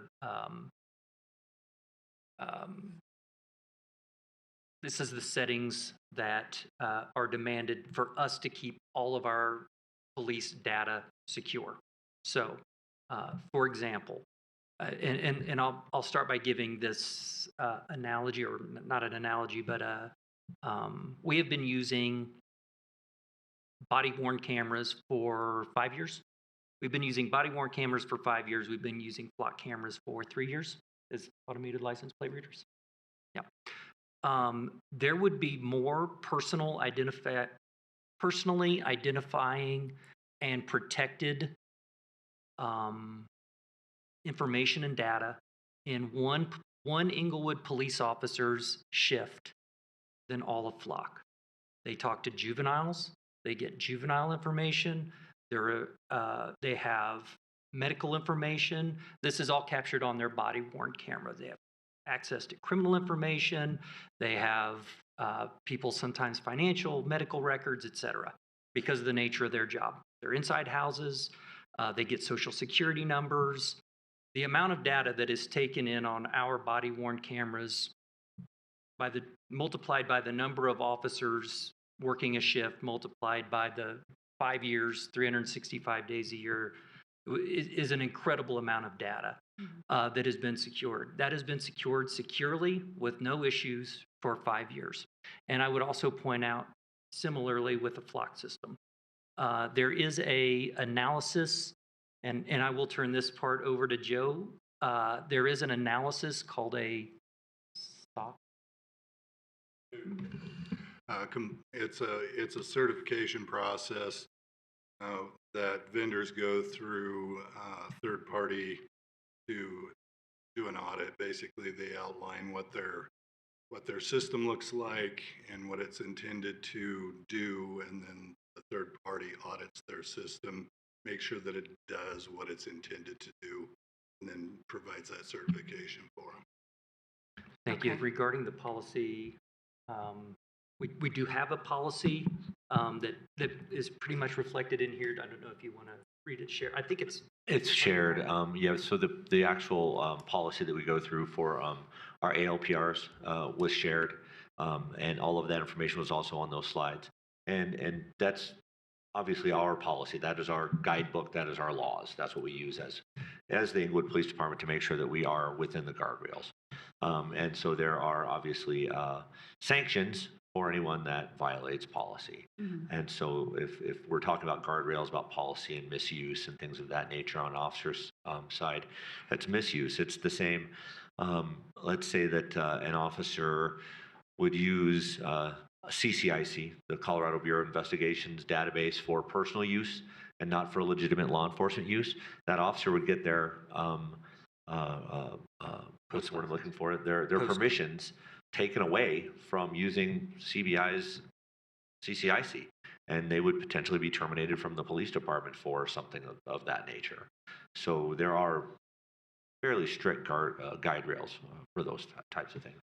Just the one thing I would add is every database that we use, including Flock, has a very robust, what they call edit log or data log, that we can look at any time and audit that network and see who's accessed it, what they've accessed. That's something that we track. And so how often does that happen? Where we go in and look at it? I look at the Flock one I'll use, for instance, at least monthly, sometimes every other week. Okay. And is there, so kind of coming back to the policy of how do we make sure, I'm not sure that I heard an answer on how do we make sure that the data gets removed on the timetables, but I think that's an interesting piece of it and was going to be another one of my questions around, are we auditing who accesses and for what purpose, et cetera, and is there a policy that guides how often we do that? So because with the example that was provided, if someone, an individual officer, say, is, not following the rules nicely and is using data in a way that's inappropriate, how do you know that happened? And would it be caught during one of these times that you're auditing? So again, like how do we make sure that the system's working and that we're doing all of the pieces that we need to do to have that level of oversight? Typically through an audit. We will go through and look at it. It can come to light in several different ways, through an investigation. We've had it come to light several times, but typically through an audit. And to answer your question, because I haven't answered it yet, on the 30-day retention, in Flock, anything over 30 days simply just isn't there. If you search something over 30 days, it does not return. So it's just automatically It automatically. We had an instance about a month ago where I was searching Flock and getting rather frustrated because I knew that the image was in there, and then I realized that the dates, it was actually 31 days out, and it was auto-deleted. So there's simply nothing in there after 30 days. Okay. I want to get some answers maybe from the Axon representative, but I can also give the floor to someone else for a little bit first before I... You okay with that? Let me go to Member Russell and then Member that's fine. Bethel, and then we'll come Thank back. All right, perfect. Member Russell, go ahead. Thank you. I appreciate the presentation. One of my concerns is, and I know that when government contracts with outside sources, how can we absolutely be sure that they're not selling the personal information of individuals? Because they're not only tracking our vehicles through the City of Englewood, they're tracking us when we go into Denver or when we go into Littleton. How do we know that they are not, how can we be sure they are not selling our information? I may pass this over to the city attorney, unless you had input there. We are in agreement with him, and the contract we have with them says that they will not do that. And then it comes down to the faith of that contract, obviously. And we've never seen an instance where our data has been shared without our permission. Okay, go ahead. Yeah, and so to speak to that, there's the threat of what happens if there is a breach of contract, right? So if one of these companies comes under fire for misusing data, what are the market pressures for that? Immediately, everyone drops out, finds the company that not only has the security in the agreements, but actually has the secure practices as well. In terms of how do we control downstream usage, we can't, and that's in the agreement as well. We can't necessarily say someone is not going to misuse that information, but we can have appropriate threats for if someone does violate state law or violate the agreement. Okay, so herein lies my concern. You all are going to defend the city against that if that happens. Who's going to defend the cities in this, or the citizens in this city, if their data was stolen and they don't have that recourse? So I not to speak out of turn, I don't believe that we would have our city attorney defend misuse of data from one of our citizens. I don't think that would be representing the city's interests. But that would be something to discuss if there was misuse, and that would be something to discuss if there was misuse in our own city. And so that's one thing. We can talk about the fact that we can't necessarily control the downstream misusage, but this is where we control and you oversee our own police department's usage, collection, and storage of personally identifying information. Okay, and then just one other question along that lines. In collecting data, and I know that it's securely encrypted, but we personally have had data breaches where a lot of our personal information has been released from systems that were supposed to be secure. So what would happen, and I'm speaking more as an individual person and on behalf of the citizens in this city, what if that information was stolen and it did damage to a citizen? I mean, fortunately, where our data had been stolen, the company reaches out to us and says there's a possibility that your identity could be stolen. What are we going to do if that does happen? Well, I can only say, my assumption would be to the data breaches that you alluded to, I'm not familiar with them, but I would assume that we would handle them similarly. I will say that we did speak with the Flock CEO and other representatives, and their interpretation of the law is that if they were to be breached or hacked or anything like that, that they are legally obligated to let us know that that happened. And we have not gotten that information. Can I add on to that a little bit? Just to be clear, Flock doesn't even provide personal identifying information other than a license plate. So when you saw the Flock picture I put up there, that's all that Flock provides. In order to get personal information such as an address, a name, a date of birth, phone number, that doesn't come through Flock. That would come from a different database. So I'm not trying to minimize, but there's not a large amount of personal information on the Flock system itself, other than license plates and where they've been. And that was kind of what my point was about the body-worn camera. There was way more information on a body-worn camera in a given shift or in a given day than what an ALPR would provide. Okay, I appreciate that, and I actually appreciate the examples of videos that you have shown us, and probably just one other question, and I don't remember all of the details of this, but apparently there was a porch pirate in Bomar, and this car, I think they got information from Ring cameras, and this car drove by, but they accused the person, and there was no choice for this person. I mean, like right now, we're innocent till proven guilty according to our laws. And this person was harassed, but it wasn't that person. So how do we know? I mean, that's not what the videos that you showed us that you're using. It's a great question, and it's something that has probably plagued law enforcement for longer than I have been on the police department, which is police departments regularly get information that a small black car was used in a burglary, and that's the only information they have. And officers will stop a small black car, and it's not that small black car, and that leads to really difficult interactions between the police and members of the community. One great thing about ALPRs is that the information is a lot more detailed, and we can actually have a picture. We actually have the license plate. Part of the ALPR, kind of like what the prosecutors said in their statement, part of the benefits of the ALPRs is not just prosecuting cases, it's clearing cases and stopping some of these unfortunate interactions where there's a miscommunication or a misidentification. ALPRs help that as well. Okay, thank you. I appreciate that. Member Bethel.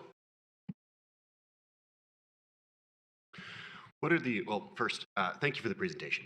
You have presented some compelling arguments on the effective use of these tools for both their prosecution purposes, the safety of officers involved, how we can be more effective and multiply the strength of our police department.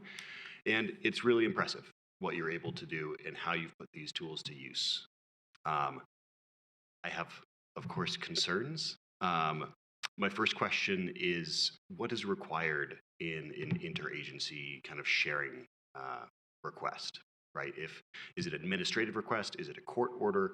What are your kind of qualifications for that? For which system? Because they are all different. I guess that would be my first question. For Axon, for example, it is an invite-only system. So we would have to reach out to another agency and invite them to share information with us. Flock is a system where other agencies within the state can request that information from us. So one's invite only and one's requestable. On the same track there. And then the other, like, let's say our, and that right now that would be the same for our body worn cameras, because we are switching to Axon for the body worn and the in-car cameras at the beginning of this month. So that would be an invite in. So what would happen is, let's say the district attorney's office, for example, will want to have access to our body cams and our in-car cameras. We will have to invite them. So they're going to call us and say, we don't have access to your system. And so we will have to reach out to them instead of them reaching out to us. So that's the way that works on the Axon system. On the Flock system, it's the opposite. They can reach out to us and request access. Correct. And in the deputy chief's example, when we give them access, it's not to our entire system. On the Axon would be to specific videos that are germane to that case. So that's shared, but it's shared from law enforcement to law enforcement. Like I said, everybody's operating on the same set of rules and the same statutes that govern how that information is served or shared. Okay. I'm still a little bit confused, and it's probably because I am using a different terminology. I'm not completely familiar with how the law enforcement agencies share their information. But if you were to receive a request from, I don't know, CBI, would that be an administrative request, or would it have to be like a court order? Depending on the request, we can release information to other agencies.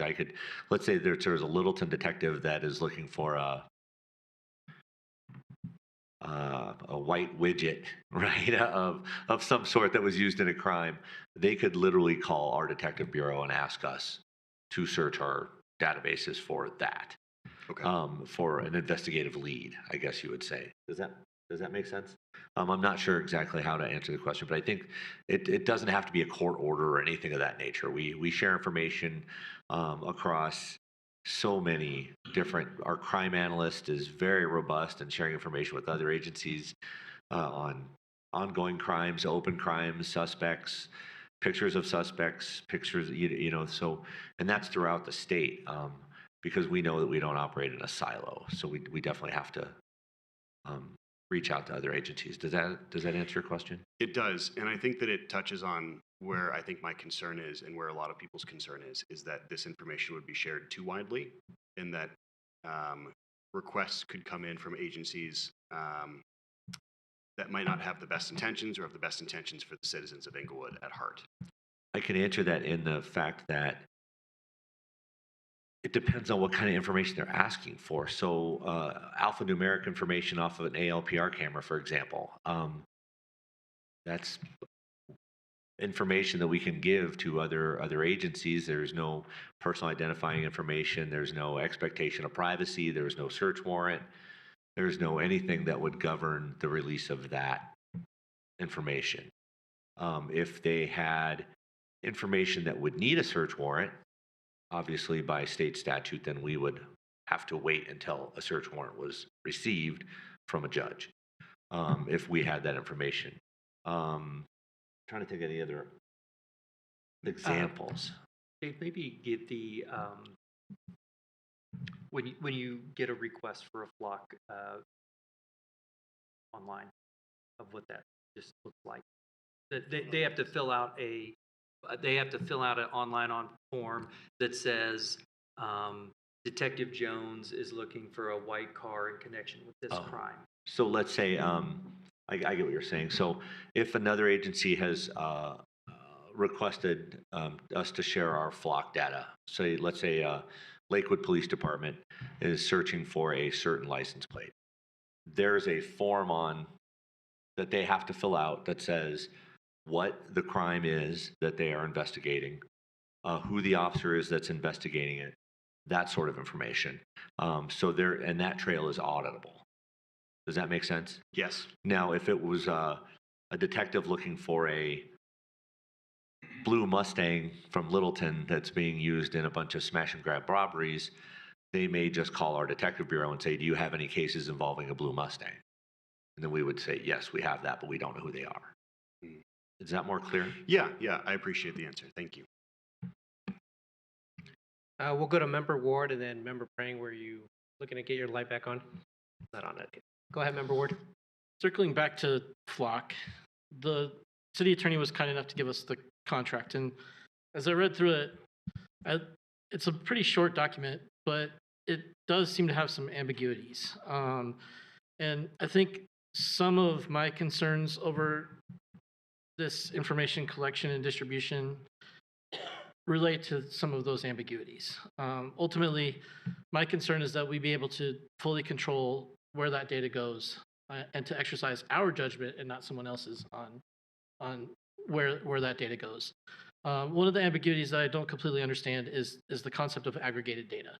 It looks like in the contract, Flock aggregates the data over the course of 30 days, and then they collect that aggregated data to use for some specified purposes, but the specified purposes are they involve a pretty wide range of things. The one thing that they do say is that they don't sell or own our customer data. The question I have then is, they're not selling it, but what would prohibit them from giving it to perhaps a Flock affiliated company that then chooses to sell it?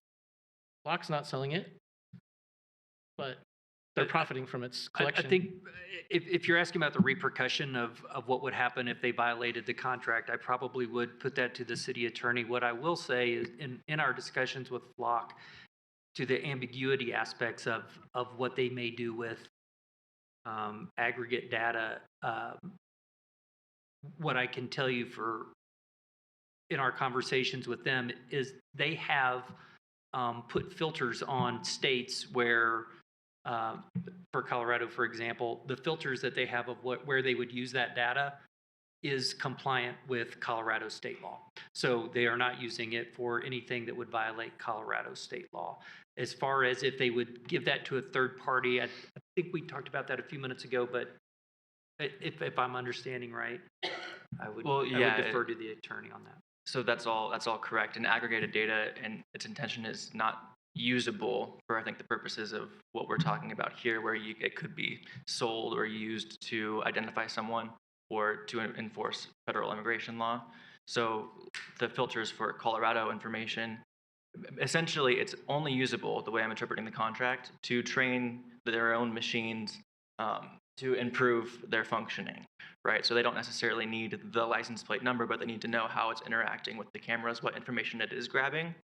And that's how I interpreted why they reserve the right to aggregate data, which is anonymizing it, and then use that data to train its own systems. I guess one of the ambiguities that I see in that is, does my license plate identify me, or does it identify my car? And is there a distinction between those two things? In our eyes, there is a difference. So if someone's not speaking, sorry. yeah, go ahead. Yeah, in order for us, so that license plate means nothing to any of the ALPR companies, means nothing. They don't have anything to run it with.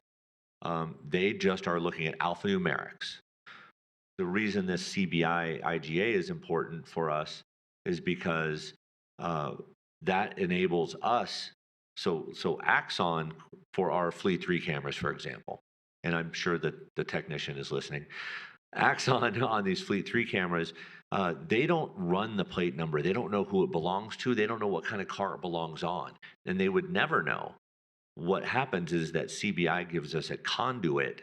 So when it gets read to us, not read to Axon, for example. So that is read to us, and it would only hit, quote unquote, if that alphanumeric plate number was on a hot list that was provided to Axon for them to read for us, but they don't have that information. Right. If I messed that up, Axon rep, please feel free to jump in. I think I understand that concept. The part that concerns me is really the collection of a massive set of data, and the idea that that massive set of data could potentially go somewhere absent my PII, right? My license plate is not PII, but my license plate holds information that, if you associate it with me, can be used to derive information about me. And that's kind of the crux of my concern, is if you know me and you know my license plate number, and you have a set of license plate data that you can read that against, you can find out where I'm going, when I'm going there, how long I stay there, when I come home. All of that information is available to you if you have other pieces that aren't being distributed by the company that's collecting the data.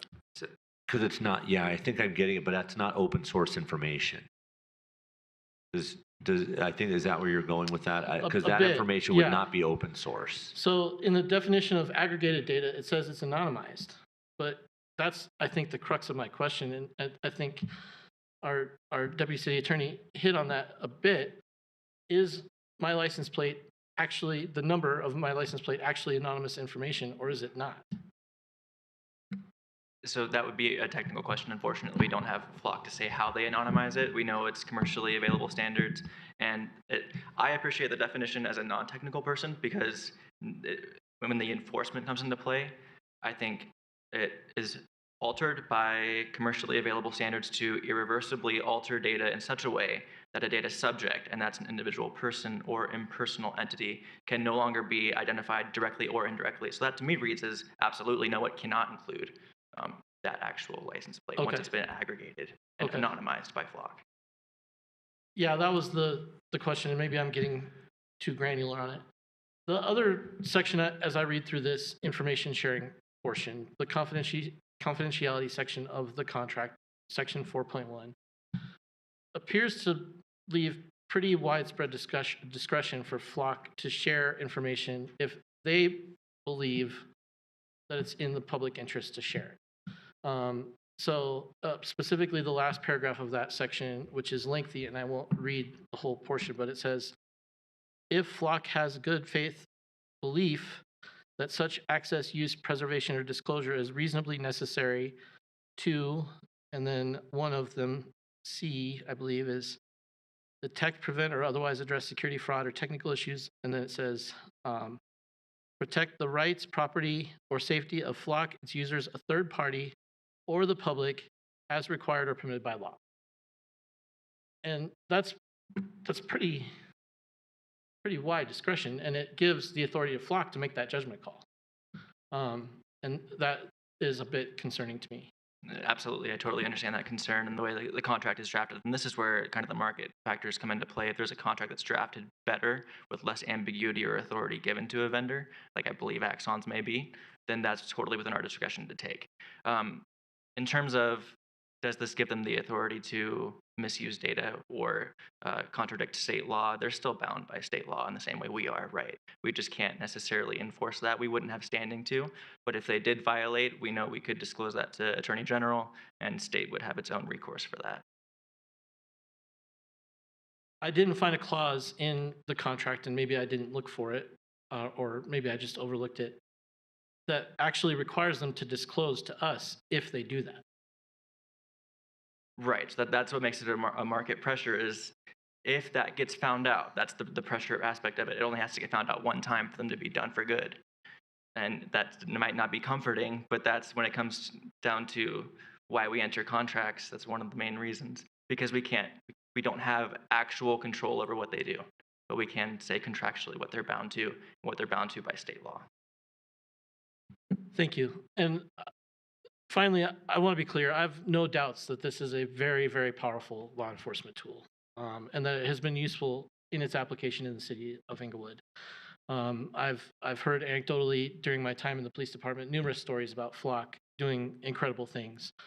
My primary concern is with the current political environment outside the city of Englewood, and where the balance lies between ensuring the interests of everyone and ensuring the interests of the people in the city to be safe inside the city.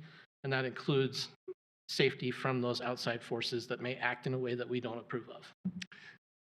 Well, if I may respond to that, I'll say a couple of things. You are correct. This is a lot of data, and I think it is worth mentioning that there have been two reciprocal events or two aspects that have resulted in, certainly in the last 2 years, as our use of Flock has increased.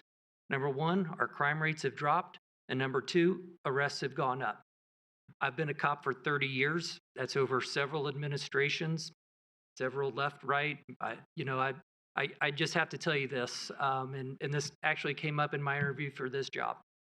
I stay apolitical as it relates to all this. I understand I'm talking to politicians here. I do understand that. But allow me to say, I think it is incredibly difficult for police departments to get into politics. If we had to reset our strategies every 4 years based on elections, it would be very difficult. That's why we have laws, that's why we have policies, and that's why, and I would actually like to get back to something Member Prang brought up at the beginning as she prefaced her comments and questions. I appreciate the oversight. I appreciate the scrutiny. This is really important stuff.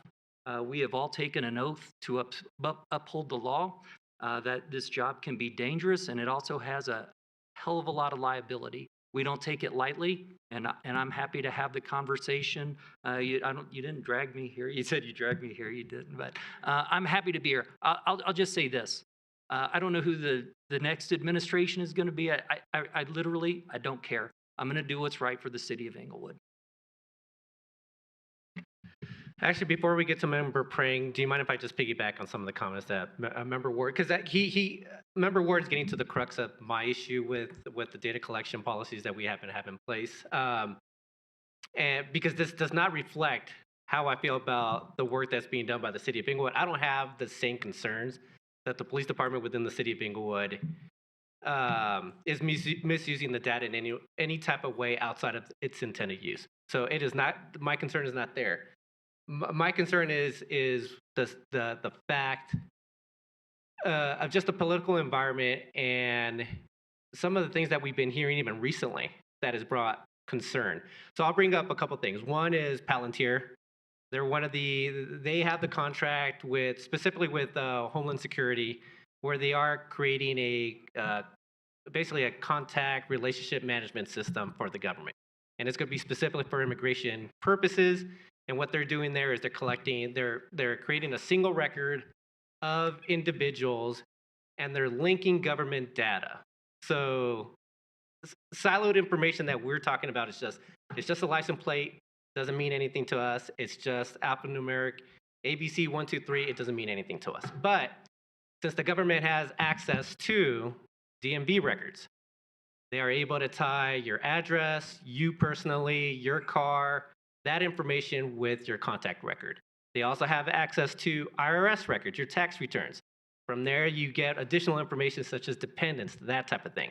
Once you start creating this database that has all this information, and what's changed now is the fact that we have AI that allows this information to easily make sense. And this, I took a quote from the CEO of Anthropic, who is currently fighting with the government in terms of a contract that they did have, but they don't have anymore. But what he stated about AI is that powerful AI makes it possible to assemble this scattered, individually innocuous data into a comprehensive picture of any person's life automatically and at massive scale. So that's the concern I have there. The other aspect of the whole Anthropic and the US government lawsuit that's occurring right now is that the US government asked for two things as part of the contract, or to remove two things that were part of the Anthropic contract. One was that they wanted to remove safeguards against autonomous weapons, so as part of war. The second one was that they wanted to remove restrictions on domestic surveillance. So the fact that they're able to, the fact that AI now is becoming more powerful and making sense of data that used to be siloed and didn't make sense to average humans, but now that an automated bot is basically able to say, all this information about this person is, well, I'll use myself for example if I went through here. They are able to tell that at 3:15 p.m., Monday through Friday, that I am always crossing Hampton and Logan. The reason why is because I'm picking up my son at 3:30 at, Englewood Middle School. A human doesn't have time to put together all this bits of data together to make sense of this data, but AI is able to do that. So if you have this database with AI labored on top of it, that's where my concern is. It's not the fact that the Englewood Police Department is doing anything. It's just, how is this being used by people outside of the government or outside of the city of Englewood? So that's where it lies. But you pointed out a lot of the reasons why this information is important to the day-to-day work of the Englewood Police Department. We're just trying to balance the two, and I'm just worried about. I'm worried about the decision we make either way, because I think something's going to be affected regardless of which way we decide to go on this issue. So go ahead, Chief. Yeah. Allow me to, your point is a point that I was going to bring up from the opposite side. In one of my previous assignments, I was in charge of federal task forces that did all kinds of stuff. One of those task forces dealt with what we now call CSAM. It used to be called child pornography, sexual exploitation of minors. And if I assume that you do not know that much about that world, but those websites that are on the dark web, they use encrypted technology. They route their IP addresses through foreign places. They are encrypted, and they go all around the world, and you cannot find where that came from until you get on a federal task force. And they can give you a location, a physical street address of where that IP has been scrambled 100 times within a matter of days. My point, if you look at, you've brought up the Department of War, some of the high-profile events that have happened where we have tracked through digital surveillance, aerial surveillance, heads of state, generals from other countries to know their exact pinpoint location and have taken action in those. The amount of data, the amount of digital aerial surveillance that the federal government has is so vast. I don't want to diminish what we're talking about tonight, but the idea that there would access Englewood's ALPR as part of that, I just don't. I don't have the same level. I understand the concern. I just simply don't have the same assessment of the danger there. And that's not to minimize anybody's personal safety. It's just the surveillance apparatus of the U.S. government is so far past that. I think I agree with the exact point that you were making, and maybe just have a different assessment. of Yeah, it. no, I appreciate that, Chief. And it goes to the point that I've been asking, like, how is our data being used, and who has access to it? So that's my point.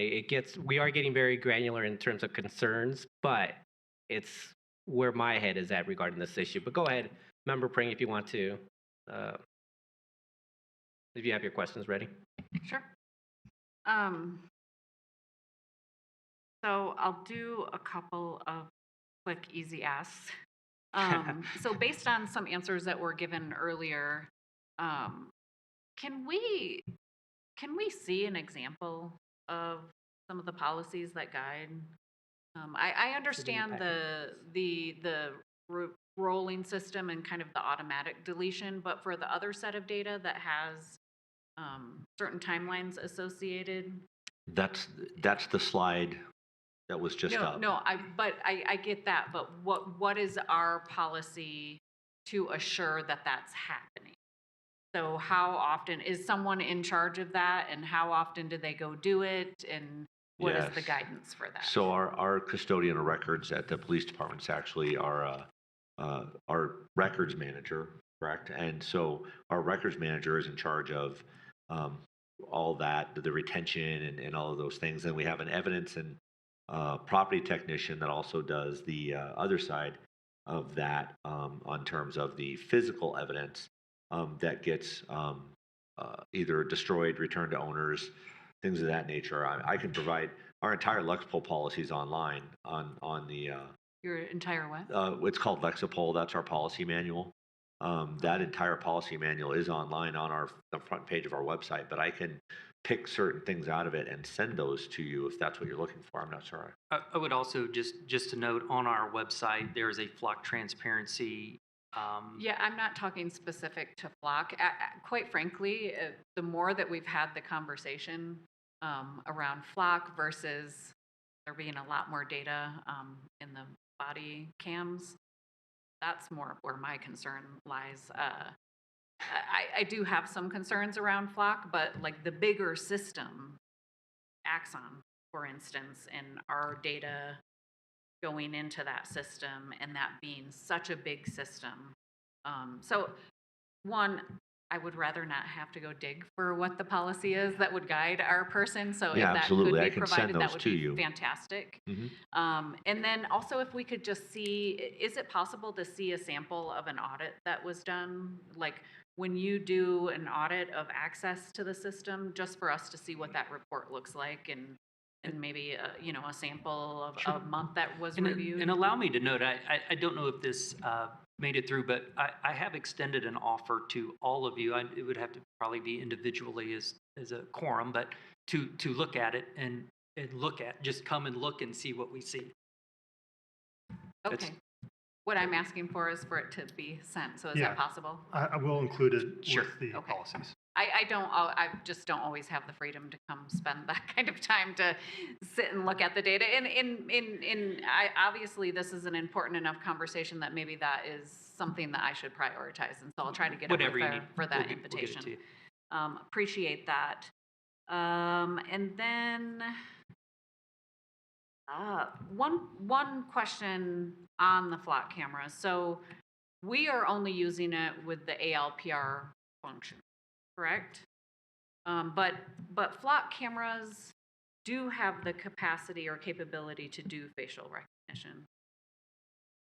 There's two separate styles of No, cameras? they do not have the ability to do any facial recognition at all. And we don't have the power to do facial recognition with the police department. That's a whole thing we've never really addressed in terms of us using facial recognition in the police department, because there's a whole process that the state makes us go through to do any facial recognition. But Flock does not do facial recognition at all. Those cameras don't? Not Okay. at all. I thought I saw online somewhere that it could do both, and I thought, oh, we're just using it for the license plate readers. So we don't have, I guess the question I'm asking is, there are not like capabilities within the cameras that we own that we turn on or off. Like we're only using this capability within the camera, but it can do this much more. No, it does not do facial recognition. And furthermore, the cameras that we have only take pictures of the rear of vehicles only to capture the license plate and not of the driver. Okay. Thank you for those answers. And then I have one other question related to cybersecurity before I would like just some general information from the tech that's online with us. So with our hiring of a cybersecurity engineer, is there value in creating a process, if you will, for the city as a whole, but inclusive of policing contracts, to have the cybersecurity engineer do kind of like an initial review of the contract to look at it from the lens of data security and privacy, et cetera, to kind of, before it comes through whatever department to council, to have an expert that has their eyes on that, so that when a contract comes forward to us, there's another level of assurance that we've really like drilled down and have every assurance that we can have to say, yes, this contract makes sense, and we don't have to ask the questions that we're asking? That is the process. Oh, it is. Okay. Yeah. Perfect. Thank you. We just don't have the benefit of the cybersecurity engineer right now, but that'll make it easier. But that's coming soon, right? Yeah. Okay. Did we hire that person? Going through applications right now. Okay, gotcha. Knew it was coming soon. Okay, and so now I'm just ready for the Axon Tech, I guess, if that person is online. Yeah, just doing a quick audio check. Can you hear me all right? Yes, I can. Thank you. Perfect. This is Jake Burrow from Axon, by the way. Hi, Jake. Thanks for being here. We really appreciate your presence. So I just want to better understand. Last week at council, we talked about an intergovernmental agreement that would allow Englewood Police Department to access and receive data from Colorado Bureau of Investigation, and to have data from CCIS and NCIS flow through the car cameras. Is that correct? It's CCIC and NCIC, the Colorado Crime Information Center and the National Crime Information Center. Trying to keep all the That's acronyms okay. straight, but I appreciate that. So when that data comes through the car cameras, which are part of the Axon system, does that data then end up getting stored in the Axon system or in evidence.com? If it's not, so I guess if it's coming from those systems, then it's already part of an investigation, correct? The hot list is part of an investigation Okay. from anywhere in the nation. Okay. So it's either an attempt to locate a stolen car, a stolen license plate, an Amber Alert, Silver Alert, you name it, whatever it is. That's yes. So if it's on the hot list, it is part of an investigation. Okay. Thank you. So can you just talk us through what that looks like in practice? So, and I'm asking the tech on the system. So we're using our car cameras that are contracted through Axon, and we're receiving this information. So how does that information exchange flow? And because it comes through the car camera system, does it then automatically become data that's stored on evidence.com? Yeah, and the data flow is actually directly to evidence.com and then to the camera. So the evidence.com system is a platform where the agency would have their own sort of environment carved out where they're the only ones with access. They control the access, so all the users at the agency that they've granted an account to and control permissions for. That account is what would then receive the output, which would be those hot lists that we talked about from CCIC and NCIC. So those would go directly from that source into the agency's environment, which then get pushed out to hardware in the vehicle that's powering those cameras. It's called the Fleet Hub. It's basically an encrypted device, so full disk encryption on that. But the idea is that all that contains is a list of the plates that came from that source, so CCIC or NCIC, which will all be part of an active investigation. If the camera detects a plate, or every time a camera actively detects a plate, it's going to check if that plate number is on one of the hot lists that is being used by that agency's evidence.com account, and then produce the alert for the officer. So it's just looking for a match of the plate that it sees to see if it's on one of those lists, and then it shows the information contained in that list about that particular record. Okay, that's very helpful. So the information flowing through is already on evidence.com system or database.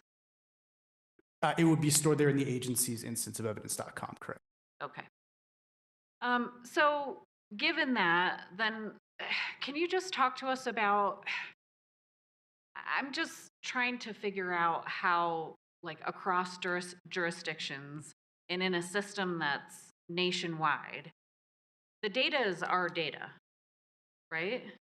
But it's being stored on a nationwide system. So how do we, as council members, talk to our residents and say, yeah, we're protecting your data? What are the assurances in place, or what law prevails when you have rules that our local police department follow, and then you have our state rules, and those are all good laws that we have in place here in Colorado. But now it's going into this national database that can be accessed. And what if there are other jurisdictions that don't have the same standard of law that we have in the state of Colorado, and might access it differently or use it differently or have different standards of who's accessing the data? What are our protections around that? So maybe Joe would be better at this, but let me take a stab at it first. Okay. So in a scenario for online gambling, where some states may prohibit online gambling, and they can geofence where those places are. So all of the data is a national database, but the online gambling or other states, sometimes I see it on infomercials sometimes where, unless you're in Wyoming and Wyoming and Washington, you can't do this, but there's geofencing and I couldn't be more technical than this, other than if you try to make a bet where you're not allowed to make a bet, it won't let you. I don't think. I don't That gamble, didn't but really, yeah. Is that an Yeah, explanation that? And I can also add from the technical perspective, the way that we protect the data here. Also, one site that I would just like to, I guess, advertise here for the purpose of this discussion and for everyone's education is trust.axon.com. That outlines all the security attestations and certifications that we have that are regularly audited, including the access to the SOC 2 document that was mentioned before. It also shows all the levels of encryption that we apply in transit and at rest on the devices within evidence.com. But one thing that's key to this discussion, I think that might be helpful, is that we really maintain no practical access to the agency's data, and it's also not pooled. So the only entity with access to the police department's data would be the police departments, because they control all of the access from encrypted user accounts. So multi-factor authentication and things like that, or authentication that would prevent somebody else that's unauthorized from accessing that. Also, in the event of a warrant or a subpoena or a FOIA request issued to Axon, because we maintain no practical ability to provide the data, we direct all those requests back to the agency. So there's no way for us to get the data to fulfill the request, so we have to forward those to the agency. But we never disclose data or respond on behalf of those to whoever that requesting entity is. Okay, that is helpful. And thank you for the resource on further information for that. I thought I did see on Axon's site somewhere that there is the ability for Axon staff to impersonate in certain circumstances. Did I understand that incorrectly? I'm not sure what that might be in reference to. Yeah, I need to find my, I'll look for my document on that, but I think the answer that you gave so far is somewhat helpful. So then that leads me to another layer of question around the auditing of who's accessed. So when you audit who's accessed our information, does that include Axon's system or that evidence.com database? Or do we get like a report through our contractual agreement with Axon to be notified when someone accesses our data? We or makes the haven't request? gone live with Axon yet. I'm sorry to interrupt. We haven't gone live with Axon yet, so we don't have any audits with Axon. Okay, but do we have the ability to, will we be auditing and getting reports out when people access our data or request to access it? Yes, it's auditable as well. Axon can probably chime in on that, but everything is data trackable and auditable. Correct. Yeah, everything is audited from the agency perspective. So when users that forget their password and try to log in or do log in and navigate to a video or perform a search, anything like that would be audited in the agency's audit trail. From the business perspective at Axon, everything is audited as well. And again, we don't maintain any ability to access the agency's data that's stored there. So, like for example, I can't go in and look at any agency's data because I don't have any access to do that. They control the access and who the user accounts are that are tied to their specific instance. So they would be basically provisioned a domain that they control the users with access for. Okay. I think that's helpful. I just found my document where I took some notes. And on my Axon is where I saw that there, I apologize, just bear with Do you mind if I piggyback on just the answer that No, was go just ahead given? while I look at my notes. Jake, so you said, is this accessible through login and password? It can also be integrated with Active Directory or any kind of single sign-on, but the agency would configure the identity provisioning or the like the authentication methods that are applied there. Okay. Joe, are we yeah, so it using could- single sign-on, or are we doing Be single sign. everything single sign-on? Okay. All right, thanks for that, Jake. I can't find the information that I was looking for. Okay. Thank you for all of your input. Could I take a brief Yeah, go- moment go ahead. just to make one quick point as we talk about ALPRs and sometimes we're saying the word flock or this. I want to be generic. I do feel like I should probably say we did ask Axon to have a rep. We did not ask flock to have a rep on. I just want to. We Don't did, read yeah, any- we did ask Axon because of the questions with the IGA. This was related to the IGA, which was the original, I think, discussion. So that's why we asked. One thing, Member Prang, that I did find that Joe reminded me of, we got some information from Axon last week, and one of their questions that they sent to us was, how can we show our council this program is transparent? And it says you can use something called a transparency portal in Axon Evidence to publish retention policies, usage metrics, and a program on a public-facing website. We can also export audit logs for oversight bodies and show that we control what's published, and it allows us to demonstrate transparency without compromising investigative integrity, and that's from their website. Go ahead, Member Prang. I did find my note. Sorry for the the Axon technician. What I saw was that Axon has policies allowing impersonation where an Axon support professional may, with permission, access a customer's system to resolve issues, which includes viewing potentially sensitive data. I'm not sure what that language specifically applies to. The only thing I could think of might be like a chat tool like Zoom, like this, for example, like a screen share to help them navigate through something in their, like a screen share where I could take control of your mouse and click on something for you. That's the only thing I can think of that might apply to, but I can certainly do some more research and find a better definition of that.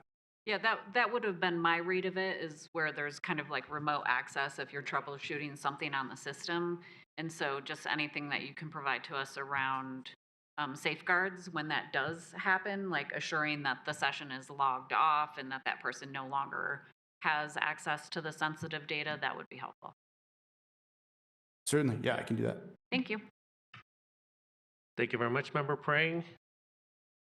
Any further comments from members of council? Come on, Jack. You're reaching for it. Go ahead.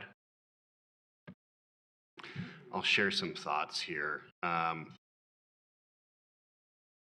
guess I just wanted to talk about top level, that we don't have a federal protected right to privacy. The first time that the Supreme Court talks about privacy is in 1965 in Griswold v. Connecticut, where the court established that our protected right to privacy lies in the 14th Amendment. If you've been paying attention to recent court cases, the 14th Amendment has been used specifically in Roe v. Wade for our protected right to privacy. When the court overturned Roe v. Wade in Dobbs v. Jackson, they made it clear that not only was the right to reproductive health not covered in the 14th Amendment, but that privacy itself wasn't covered in the 14th Amendment.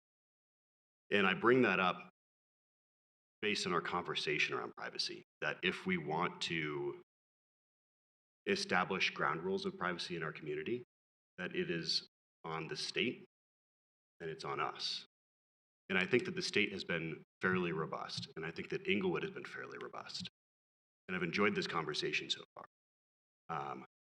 But I'm concerned about the direction that our federal system is going and how that conversation can be used to continue to access this information.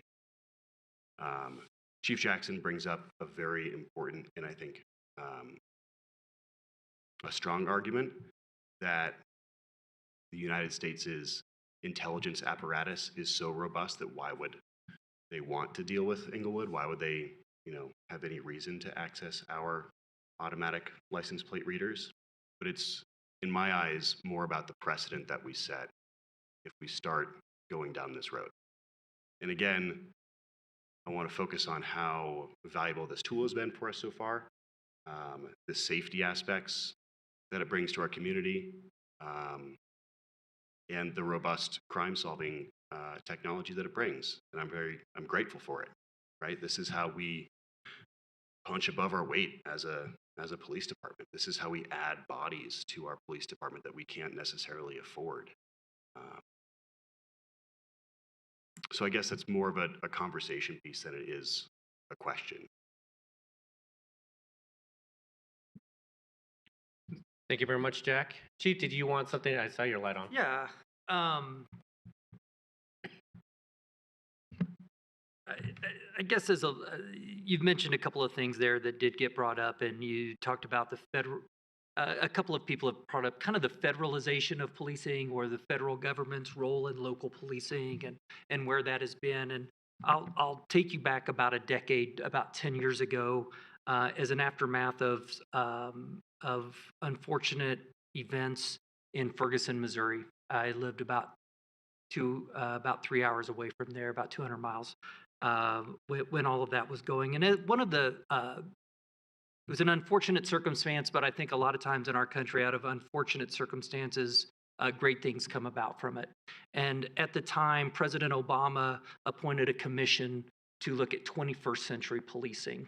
And that commission was called, I believe, the 21st Century Policing Commission. And as that, they came up with 6 pillars of effective law enforcement in the 21st century. I took notes of them. Maybe as the chief, I should know them by heart, but I did write them down. Building trust and legitimacy, policy and oversight, technology and social media, community policing and crime reduction, training and education, officer safety and wellness. I will add one, recruiting and retention. You mentioned adding bodies and recruiting. I'll put words in your mouth a little bit, but adding bodies. And I don't know how you could build more trust and be more legitimate and be more transparent than having cameras. It's literally a video recording. I don't know of really any other circumstance that you could be more transparent. Policy and oversight, we are doing that right now. Technology and social media. I know the social media aspect is a little bit different than this, but the technology, there's no question that technology is leading to less violent interactions with police. And I think that that's an important paradigm to continue. community policing, crime reduction. I think we've been, last year we had great numbers as it relates to crime reduction. And I know that I received a council request about that and asked for why do I think crime went down. I will always acknowledge our officers and their dedication to this city, and they did a great job. There's no question about it. But in that council request, I added technology as a reason for crime reduction. Training and education, officer safety and wellness, officer safety, we kind of just talked about. I will say this as well, as we are looking at adding officers, we are currently in a hiring process. As we go out and recruit, we get a lot of feedback from around the state. One thing that officers want to work for an agency where they're given the tools to be successful. Englewood has always been that agency, and it is something that we can use to differentiate ourselves, not specifically with ALPR, but with a lot of the technology and equipment that we offer. Chief, thank you very much. Jack, your light's still on. I'm not sure if you... One more comment. Okay, go ahead. The City of Denver recently moved their ALPR contract from Flock to Axon because of Axon's higher safety record and more transparent business practices. I think that's a strong move. I think that having the Axon rep here, having the Axon resource materials has given me a little bit more confidence in their systems. But that said, I haven't had a specific negative experience with Flock, except for, of course, all of the news and journalism that I've read around them. Thank you very much, Jack. Anything further from members of council? There was a couple of things that I did want to bring up just in the event from this discussion. But first, Chief, members of the police, of our police department, just really appreciate your candor and just taking the questions from members of council tonight. Like you could just tell, these weren't canned answers. You weren't reading from a manual. You were basically providing the answers to questions that we were asking that were very Englewood specific. And just appreciate you guys taking this in. I know over the past, well, I'll just leave it at that. But the fact that we kind of we're requesting this information over the past couple months, and you sitting here for a couple hours to discuss it, I really, really appreciate it. I guess for members of council, I guess in terms of next step, this was a very heavy subject. There's a lot of information to take in. I know there's an ask of us to revisit the IGA for Axon this coming Monday. Are we comfortable having that on the agenda at this point, and then whether or not there's new information or just we need more time to digest, we can make a decision on that night whether or not to vote on it or to just delay it another couple weeks. Are we okay just adding it to the agenda coming Monday? Just go ahead. Member Prang, did you want to say anything on that subject? Yeah, I mean, I feel like I was the one that pushed the hardest on that for after our discussion tonight. I'm happy to have that on the agenda and to take the votes. I also want to say that I still think in everything that's been discussed tonight that the city council strongly supports our police department. And so I would hope that every single member walking away tonight understands it's not a conversation around questioning our police department or any individual officers. There's such a high level of regard and respect for what our police do day to day. I will speak personally to that. And so I hope that everyone can walk away hearing that and just knowing that given the rate of changes in technology and the fact that things do get political for us especially, and that we do have to navigate this space of having a high regard and trust for what we do locally, and as we did in our resolution about law enforcement, asking people to rise to our standard. And I view this conversation that same way, that we just want to make sure that we're rising to the highest standard that we can to protect our residents and their data and privacy. So I know for me, I continue to have the perspective of just wanting to have that lens around data privacy and systems and what we can put in place as kind of guarantors or guarantors of our residents' data around having that high standard and making sure that it's easy for the police department to kind of recite all of the systems and what they do and you know the data pieces of it, but we're not the experts in it. And so you have brought so much valuable information together tonight. I think to you know, one of the points that Member Bethel was bringing up, I think, you know, it would be worth the effort for this council to continue this conversation, to ask more questions if needed, but to also kind of put a framework together of what is our standard that we're asking for. We understand that the police department's going to follow all the rules, the state laws, our local laws, in the, you know, contractual obligations, but can we as a council have, you know, some sort of organized thought around data within our city? I don't need to have it specific to policing. I have assurances, I guess I would say, in how we're doing policing in the city. But what does data look like for us? What is our standard? What is the standard that we, as the governance body in the city, want to hold all systems within Englewood to around data, and just put some structure to that so that when we are going out and having conversations with the community, like even within the conversation tonight, it was so easy to get sidetracked into all of the various, there's a lot there.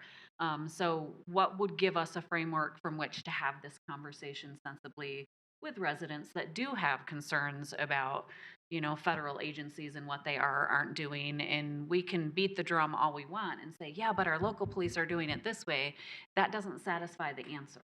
So I think it, you know, it is worth exploring the idea of how we create something like that, and I don't even know what. Thank you very much, Member Prang. Anyone else? Go ahead, Member Ward. I concur with pretty much everything Member Prang just said. I especially want to thank PD for coming here tonight and giving us the very thorough explanation of the tools that you have in your toolbox and how you're using them. I think most of my questions were answered tonight, although I still do have some reservations about the flock data specifically. I have great trust in the Englewood Police Department institution and its officers, and I believe that we are using that data effectively to keep our city safe, and that makes me very happy. I would concur with the suggestion that we might consider shopping around for other potential vendors who could provide us with a similar product. But I'm prepared to have the discussion on Monday. Thank you very much, Member Ward. All right, anything further from council members?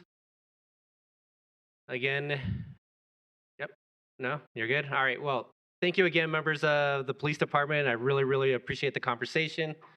And yeah, I guess we'll continue to have this conversation this coming Monday regarding the IGA. And thank you very much to Axon also for joining online. So thank you very much, Jake. All right, perfect, everyone. We're moving on to agenda item 5. I did ask that we push this item to another evening. It'll probably be more likely in 2 weeks. I don't think it's a long agenda item, but I figured, you know, that this was the discussion regarding the camera use was going to be a heavy topic, so I felt that it'd probably be best to kind of push that item. So are we still in agreement to push this off for another couple of weeks? Okay, perfect. All right, we're moving on to reports from boards and commissions. Anything from members of council regarding anything recent? All right, go ahead, Member Prang. We did have budget advisory committee this last Thursday. However, our technology was not working. So that has been rescheduled. So we'll bring a report back from that. And I believe fairly soon we have the reserve policy coming forward. It will be sent to us in advance, but we're also having study session on it. So I advise that everyone take a quick look at that document before that session so that we can dig into any questions that we might have about the use of it. Sounds good. Thank you very much, Member Prang. Anyone else? All right. Council member's choice. Actually, Sean, do you want to I guess this is coming from me though, right? This is the council member choice for Arapago Executive Board. So I'm not sure if and if anyone was able to read the packet, but they're just asking for one of us to be part of this Arapago Executive Board. They will be. It's consisting of one council member from Littleton, Aurora, Centennial, and Englewood. There's a county commission that's going to be a part of this, as well as representatives from Denver South, RTD, Dr. Cog, and CDOT. It looks like they're only going to be meeting 3 times over the life of the project. Looks like it's going to be 2 hours, and the first meeting is going to occur. Actually, the first meeting already happened, it looks like. But there's meeting 2 in May, and there's a meeting in August as well. Is anyone interested in joining this board? Member Bethel, go ahead. This seems to dovetail with Dr. Cog pretty well. Unless anyone has any objections, I would love to fill this space. Perfect. If you have the time, that was the one thing that they left out of here. I think they did say early evenings, Monday. Yeah. So I think I'm fine with it. If it fits your schedule and you're willing to serve on it, I'm fine with that. Anyone in disagreement with Member Bethel serving for the last 2 meetings apparently on this committee? All right.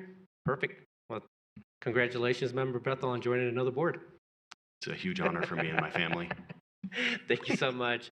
Anyone else for council member's choice? I have a few things. All right, perfect. So a few things for me. So I'll start off with Thursday.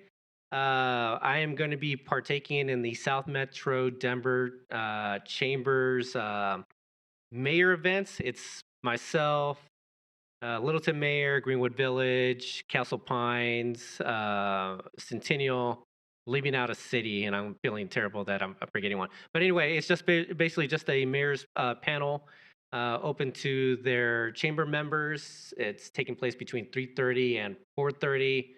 And basically, we just take there's a couple questions regarding housing and small businesses that we happen to answer, and then we take questions from the members. But I think this is like my 4th time being on this panel, so looking forward to that. On Wednesday, I do have my traffic calming town hall. It's going to be from 5:30 to 7:30 in Hampton Hall on this floor at the end of the of this level. We're going to have a presentation at 6 o'clock. So if you're able to make it, please stop by. The rest of the time, we will have booths specific to the individual projects that we are moving forward with in 2026. Those projects are some of the, there's a potential pedestrian crossing going in on Bates and Logan. There's also one going on in around Cushing Park, the Hawk Lighting on South Broadway, the one off of Fox in Oxford that was approved last year from council, but also the roundabouts on Dartmouth, both at Logan and at Downing. But if you're able to come, would love to have you there. But reach out to me if you're not able to make it and you just want more information on any of those projects. I'll be able to point you to the specific page on Englewood Engaged. Also, I picked up again a monthly newsletter. I used to do this early on as part of when I first joined council. I would basically just send out a monthly or quarterly newsletter that basically just highlighted some areas that I found important or that I want to provide a little bit more nuance behind, or just things that we're probably not focusing on enough. I sent out my first one this past Saturday. If you didn't receive it, it's probably because I didn't write down your email at some point. So if you can email me at my city email address, I'll add you to the newsletter. But I'm going to try to do these monthly. And they're really short. This one's only about 4 items. And but one of them's the town hall. But I'll try to keep my constituents a little bit more informed on some of the things that, like I mentioned, that may not be getting as much communication for one reason or another. Also, I just wanted to congratulate Frame to Art for the 35-year anniversary. It was on Saturday. I happened to be there. Member Russell was there as well as the city manager. But congratulations to Brian for his time here in the city. Obviously, he's a strong partner to the city. He frames all the art, the children's art from the schools that we happen to vote on in December. So he's been just integral part of the city for many years, and just congratulations for his ongoing success and 35 years here in the city of Englewood. And lastly, Englewood Grand's going to be celebrating their 10-year anniversary this coming Saturday. I will be there, but obviously people know that it's just a bar that I frequented before I became a council member. Just happy for their success and looking forward to the celebration on Saturday night. I think that's it for me tonight. Anyone else with council member's choice? Go ahead, Member Bethel. Just real quick, I noticed that Bird and Lime Scooters are terminating their contract with Denver, or Denver is terminating their contract with Bird and Lime, for that matter. Those scooters are frequently used as kind of like a last mile mobility device. They're bringing in a new company called Veo. If Englewood doesn't have an agreement with Veo, they wouldn't be able to operate within Englewood, so they wouldn't be able to cross from Denver into Englewood on those scooters. So I'd like to be proactive about that and reach out to Veo to make sure that we can have some kind of agreement in place on how those scooters operate, sidewalks, roads, where they're parked, et cetera, et cetera. Member Bethel, I will have to educate you on the conversations we had about scooters. None of them are actually licensed within the city of Englewood because we have not been able to get, this will take a longer conversation. So there's just more behind it. And so I think that's just going to have to be direction from members of council whether or not we want to pursue having a contract in place with one of those vendors. I think the best place to start is try to just get a history of where we are with the scooters and why we don't have one in place. So that if you're okay, if we get a council request on that aspect of it, would you be good with that? Sure. Get a history of. Yeah, we start with the history. We'll move from there. Cool. All right. Thank you very much, Member Bethel. Anyone else? All right. City Manager report. Thank you, Mayor. I just have a couple of items. First of all, you mentioned one of the two remaining public items for the Sister Cities delegation, and I just want to let everyone know that that was the tree planting at Bard Park. That's on Marion Street. If you haven't been there, this is going to be the kickoff to an arboretum that's called for in the Parks Master Plan, and this tree will be kind of the first tree that's planted as part of that new arboretum at that park. It's going to be at 10 a.m. at that park on this Friday. So hopefully we can get people that are interested in tree canopy in the city to come out, as well as our Sister Cities program. The last one is a farewell dinner that we'll have at 7 p.m. That was originally listed for this room, but we think we're going to move that to Pikes Peak. And so we'll get that updated on your calendars, but we'll put signage up if we move it. But right now the plan is to have it up there where it's a little more intimate. And then lastly, I've asked Deputy City Manager Dodd to come up and talk about one more committee that Arapahoe County has asked us to participate in. And Tim, if you could tell us more. Yes, thank you. So our intern, who you know, Colton Zajkovic, was looped into work that's being done by the Arapahoe County Food Security Coalition. So essentially it's sponsored by the county health department. However, it also includes nonprofit organizations in the area. They meet once a month, so it's coming up this Friday on a Friday afternoon, I think at around 1 o'clock. They are exploring a concept of a sugary drink distribution fee. So different from a tax, obviously it could be passed on to consumers, but essentially it would be a 1 to 2% ounce tax or fee. That's best practice by the American Heart Association, and it would be paid for by distributors of sugary drinks. The concept is that those fees would be utilized for a grant program that the county would run that would help food security organizations, nonprofits, houses of worship, things like that. They're looking for a council member for each of the 3 cities. Right now, they're only targeting the Tri-Cities for this work, who would agree to meet with a representative from the county health department, and then potentially be a member of this group that again meets once a month, and then present back to this council if you're interested in moving forward with that idea. And I'm just bringing that forward because it was brought to me by them. It's more exploratory than moving forward, per se. I was going to say, I kind of already, I'm not going to give any words there, but go ahead, Member Ward. Not a fan. I'll just give my usual rant. If it's charged on a percentage basis and it involves money transferring from the private sector to government, it is not a fee, it is a tax. So, not a fan. Member Prang? So this is a temporary engagement unless the city decided to, which given Member Ward's comments, maybe we wouldn't, but unless the city decides to move forward with supporting the initiative? That's correct. It is a larger working group as well that talks about other food security issues. So I think there would be, if a council member wanted to stay and be a part of it in perpetuity, that's an option. But they're looking right now for someone who could just be a part of this particular discussion. I would be interested in doing it for a temporary amount of time, at minimum. Great, thank you, Member Prang, and that's all for us. Perfect. All right, thank you very much, Tim. Thank you very much, Sean. With that, everyone, we are now adjourned. See you all later this week, and see you next week as well. Have a good evening.